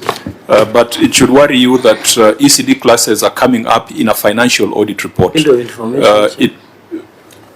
Yes, Senator? I have attended this ECD by Education Committee, but they look more into school feeding program and curriculum. They don't look to the aspects of construction of and quality works of what, there are people who call it ECD classroom, others call it ECD center, where you're having the classroom, the teaching staff room, the ablution block or toilets, and also maybe the sleeping area for the young kids. So, Chair, I think on the issue of viability of construction, we must look as a committee, because they are more focused on school. Okay, thank you. Curriculum. I think a few broad issues, actually, yes. There are even projects that you have done, several years they have not been opened, like your classes in Bungoma DB. 2 years down the line, there are padlocks on the doors. The other children are piled in one class or two by the public ECD teachers. So it means that when we construct classes, they must be opened, pupils must occupy with the right tools and equipment, with the right teachers who are paid properly on time, and the rest. I think the others I'll pursue the committee. Okay. Now, Governor, let's come back to the report. I just wanted the Senator to lay the background. He'll pursue some of these things through the Education Committee, but we'll pick the ones that we can run with. Why are we having these things of pit latrines appearing in your audit report and getting escalated to the Senate? What are you doing to ensure that these things do not recur? Let me say this. Continuity is very important. During my first term as the governor of Bungoma, we had a standardized model of ECD classrooms. And those who want to be genuine can bear witness. If you go, you'll find that we had ECD classrooms with blue iron sheets. And you can easily tell from any school that this is an ECD classroom built by the county government of Bungoma. When my successor came, he changed the approach and put more money on functions that were not county functions, on scholarships and bursaries, and therefore abandoned most of these ECD constructions and vocational training. When we came back, we found that a lot of those contracts had also been given out, and contractors have not been paid, and therefore that's why some of them will they will go and put padlocks and say we must be paid before we hand over the classrooms. So what we are doing now is to get back, and my focus has been that let us get back to what is our what's in our schedule for what does it say we do, and that's why when I initiated that there was a bit of resistance, there was a bit of was thrown here and there, so that we reduce now. In fact, what the control of budget did say that about scholarships and bursaries, that let us focus on what is ours, so that we build standard ECD classrooms, we equip them, and also give materials to be supported there. I want to maybe thank my my senator for the oversight, but I also want to ask him that when you get that kind of report, the forums that you also address, so that it doesn't appear like maybe it's infighting, you can raise it with me without maybe raising it in a funeral or in a forum that is not very pardon? So that then I'm not forced to also respond because the way now you have done it, the way the report that you're having, that's very, very important, because it will come, then we respond in a manner that we want to respond, then we see how we get our way forward. But I must admit that there has been a bit of breakdown in terms of the standards of the classroom, the ACT classrooms that we have been putting up. And just like you have rightly observed, I also do not expect that things like latrines and whatever will get here, but you have already given a way forward on what should be done, the effectiveness of the audit committees at the county level, so that these things are not escalated to the Senate. Okay, so I want us to come to Chair, just honorable members. An observation, just 30 seconds observation. You remember, Governor, in Wazingishu, there were children that were using pit latrine, and unfortunately they fell into. In as much as these two door pit latrines and other that has been raised in question number 22 and 23 has been escalated, why don't you change the design of the latrines? Because these are young ones, you can imagine, Chair, and there were casualties in Turbo constituency over having pit latrine in a preschool. So why don't you change, now that we are saying the former governor diverted money to some other programs, why don't you change the design so that we protect our children? Point made, Senator Wakoli. Thank you very much. First, I want to correct my good governor that when I've been raising these matters, I've not attended a funeral. So my good Lord knows that I've not articulated issues of the children in the funeral. Number two, when we stand in public to celebrate achievements, the same public will want us as oversights to talk about challenges in public. Key study, Honorable Chair, I attended the oversight meeting in Brangasi, Vocational Training Center, and in that meeting unannounced, about 1,500 people came, and they were arguing about capitation. They were talking about tools. They're even blaming your principal for eating money. I had to give him an opportunity to defend himself because they wanted him to leave. And they were raising matters of money, that in 2016 they got capitation, 2023 they got capitation, and then 2026 they got capitation. So they were asking the teachers that are cheating on board, after that 2016, they staffed up to 2013, up to 2023. Then from 2023, that's when they got money in 2026. So as a leader, I have to listen to their concerns and definitely raise the matter to those concerned. And therefore, it cuts across the county, and your minister is here. The monies for capitation was sent the other day to our institutions. So you look at the money versus the need of the institution, then the principals are left not knowing what to do with the little resources. So it is not in bad faith that we talk about this. It is how we take it and how we turn it to make it useful to the person at the grassroots level, and even make your legacy project a success. So I call upon the people you work with, my good governor, to be telling you the truth on time, so that people don't start harassing your teachers at the grassroots level, that after 2023, they have never been paid. Where is our money? And my good ministers, Senator, as I finish, Chair, considerate of the time. my good MCS, kindly assist us to ensure that the money going to vocational training centers flows consistently, so that those young people who cannot go to Sangalo National Polytechnic or Ukisiwa can have a lifeline to be trained for free through capitation by the county government. Thank you. Thank you, Senator. Now, we will finalize by just, again, addressing where the problem lies. The last finding there by the Auditor General is failure to take action on issues raised by the internal and external auditor by the management. Feedback is a very powerful mechanism, Governor. You are an expert in public administration, but you know that feedback, they say, is a breakfast for champions. So whatever your senator is saying, that is feedback. It should be taken positively. And Senator, you don't need to apologize for speaking about these things, because as a leader, you can, whatever forum you have, you can address it. So I don't want you to be apologetic. But the formal feedback, there was an internal auditor in this delegation. Where is the internal auditor? Because this is where the problem lies. If what the internal auditor recommends is not taken into account, then we end up with 38 issues, which take us almost 5 hours in Nairobi. Internal auditor, could you let us know whether your audit charter has been approved?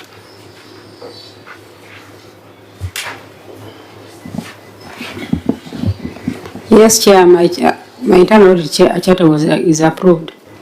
When did your audit committee last sit to look at your report? They sat in November last year, 2025. In November last year? Yes. Since the Auditor General laid their reports, as the audit committee sat just to take note of the external audit report? They've not sat. Is when I've given them a notice to sit next week. What should be the ideal situation? But now that the Auditor General has laid their report, you know the Governor is coming to the Senate, shouldn't you cause a meeting to happen before? Yeah, we should have called the meeting, but there was a delay because of some of the audit committee, they don't reside in Bungoma, and calling them without finances, sometimes it's a problem to them to come and attend the meetings. So, Governor, if you make that work, if you make that process work, you wouldn't sit in the Senate for 5 hours, because you have seen half of the things here are things that could have been resolved if there was keenness on the part of your team, and if the recommendations of the internal auditors and external auditors were implemented. We hope that if you put in place the right mechanisms, your next report will be dealing more with policy issues rather than pit latrines and seedlings that have been washed away by the rivers. We have not been able to go into details on the receipt of revenue statement, but we take note that you have made a detailed response in writing. We will analyze that response. Earlier on, we saw that you had some slight growth in on-source revenue, even though 960 million of your revenue is coming from hospitals. That is not healthy, because if you take away the hospital fees, assuming we implement FIF properly, then you'll have very little money, you'll have very little revenue. So we'll analyze your written responses and make recommendations, which then will invite you again in about 60 or 90 days to follow up on how far you have implemented those recommendations. But it should worry you that 960 million of your revenue, is it 960? Chief Officer, 960 million? Yes, Chair. Out of a total of? 1.4? 1.2. 1 point, no, it can't be 1.2. It's the OSR is 671. Then the other one is 960. It should worry you, Governor, if more than half of your revenue is coming from hospitals, because your total receipt was 1.4 billion, out of which 960 billion came from hospitals. So only 400 million came from productive activities. We have asked the Parliamentary Budget Office to do an analysis, stream by stream, because since you moved to accrual, we didn't get comparative figures. So we'll do a stream by stream analysis and point out the streams where there could be a fall in revenue collection. Now, unless there is any other observation, Senator Wakoli. Thank you, Chair. I have a question to ask our good lady who is in charge of audit. You have boldly said that many of your members don't come from Bungoma, and also logistics, fare and all that. What does that say? I thought the county government facilitates you to work. So why is it that you can, before your boss and Kenyan, say what you have said? Internal Auditor. Thank you, Chair. I've not said that they are not facilitated, but for this period, there's that issue of 50% that the budget has not been uploaded, and so the county could not access any money for them. Then our chair comes from Nairobi, other members come from Mombasa. So you see, you cannot call them if there's no facilitation for them to come and attend the meetings. But I've called the meeting, they'll be coming next week to deliberate on the issues that are on the table. So, Chairs, Senator Bungoma, I think I should recommend that we need people who are accessible, people who can sacrifice, so that my county get results and value for money. I think it was the first question we put to the governor when we asked him whether the audit committee was useful. And Governor, you can clearly see that the institutions that are supposed to help you are not helping you. Ideally, your audit committee ought to have convened before you came here, because they ought to have convened to look at the report of the Auditor General, make recommendations, and even help your team in addressing them. So if it's going to meet after this session, then it will not be very useful to you. So I guess that's the assurance that Senator Wakoli is looking for, and we also want to emphasize that your audit committee should be a tool that you use to improve your operations, improve your systems, improve your controls. It is not just a job for the boys. Governor? Chair, you know, there were maybe a point of clarification. They actually come from Bungoma, but they don't reside in Bungoma. And also competitively sourced. But I know, like you said, maybe the challenges of, we had a bit of challenges in terms of cash flow, and that delayed a bit of meeting. But that's not to say that they should not be more active and more useful than they have been. Thank you, Chair. Okay. Any other observation, honorable members? Now, Governor, I will give you an opportunity to make closing remarks. And Senator Wakoli, if there's still something that has not been said, we will donate our time to you for the closing remarks. So, Governor, your closing remarks. Thank you so much on behalf of the team from Bungoma. I want to thank you and all those who are here. And just to say, it has been a very interactive session. This is the way it should be. We come here to improve on where we have weaknesses, and also to point out areas that need more emphasis the way we have done. I think there's a lot of improvement. I remember during my first term, it was very acrimonious. Sometimes it would even turn physical.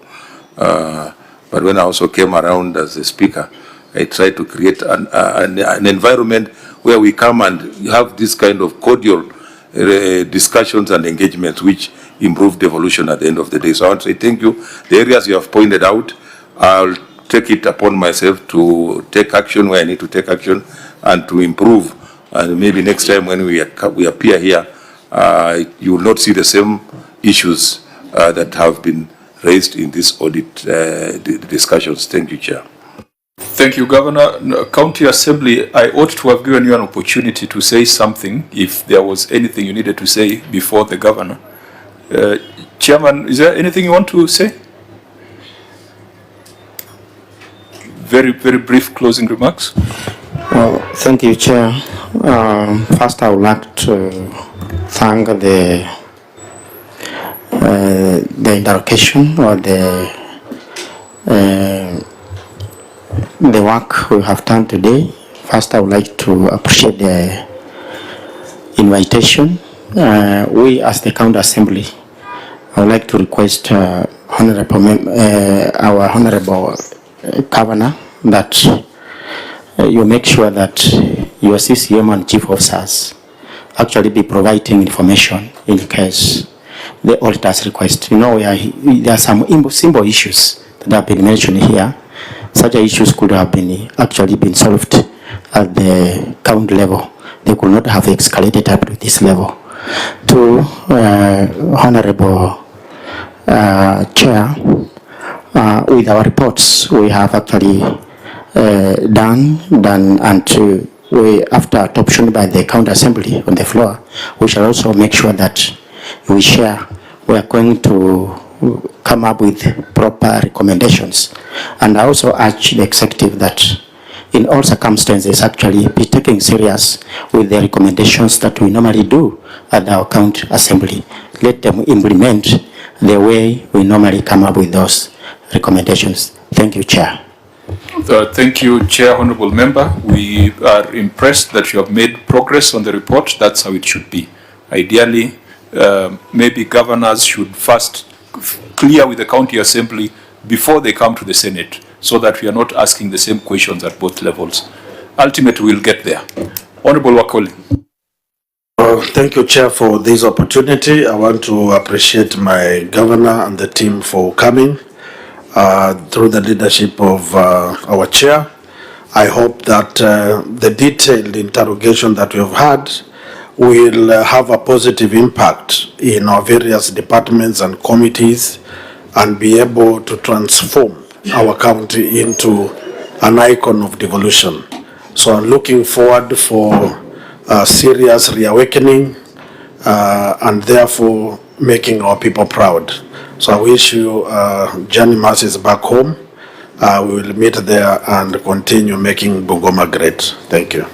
Thank you, Senator and Governor. Just in closing, we consider you too big to fail. You have been a governor, a senator, speaker, governor again. If you do not succeed, then it will be an indictment on the senators who want to be governors. And this room is full of them, from Kitui to Vihiga to Nandi to Bungoma. All of them would want to go and serve in the counties. But if the former Speaker of the Senate cannot be successful, then it will give a bad name to those who have been in the Senate. So you must succeed, and we will help you succeed. We will push you to succeed. We will whip you to succeed. You have no option. And the people of Bungoma should also be able to enjoy the fruits of devolution. I've just been joined by the chair of the Public Investment Committee, the Senator Osotsi, Senator from Vihiga. Senator Osotsi, we were doing our closing remarks, but since you're here, you can go on record. Chair, I didn't come to attend this meeting. I came to share something with you. But I'm Godfrey Osotsi, Senator Vihiga County. Welcome. You are welcome. He's also the deputy leader of a party, just like the governor. I think used to be the deputy leader of a party. I am still the deputy party leader of the second oldest party in the Republic of Kenya, called Ford Kenya. Now I need to close this meeting before we go further. The meeting is adjourned.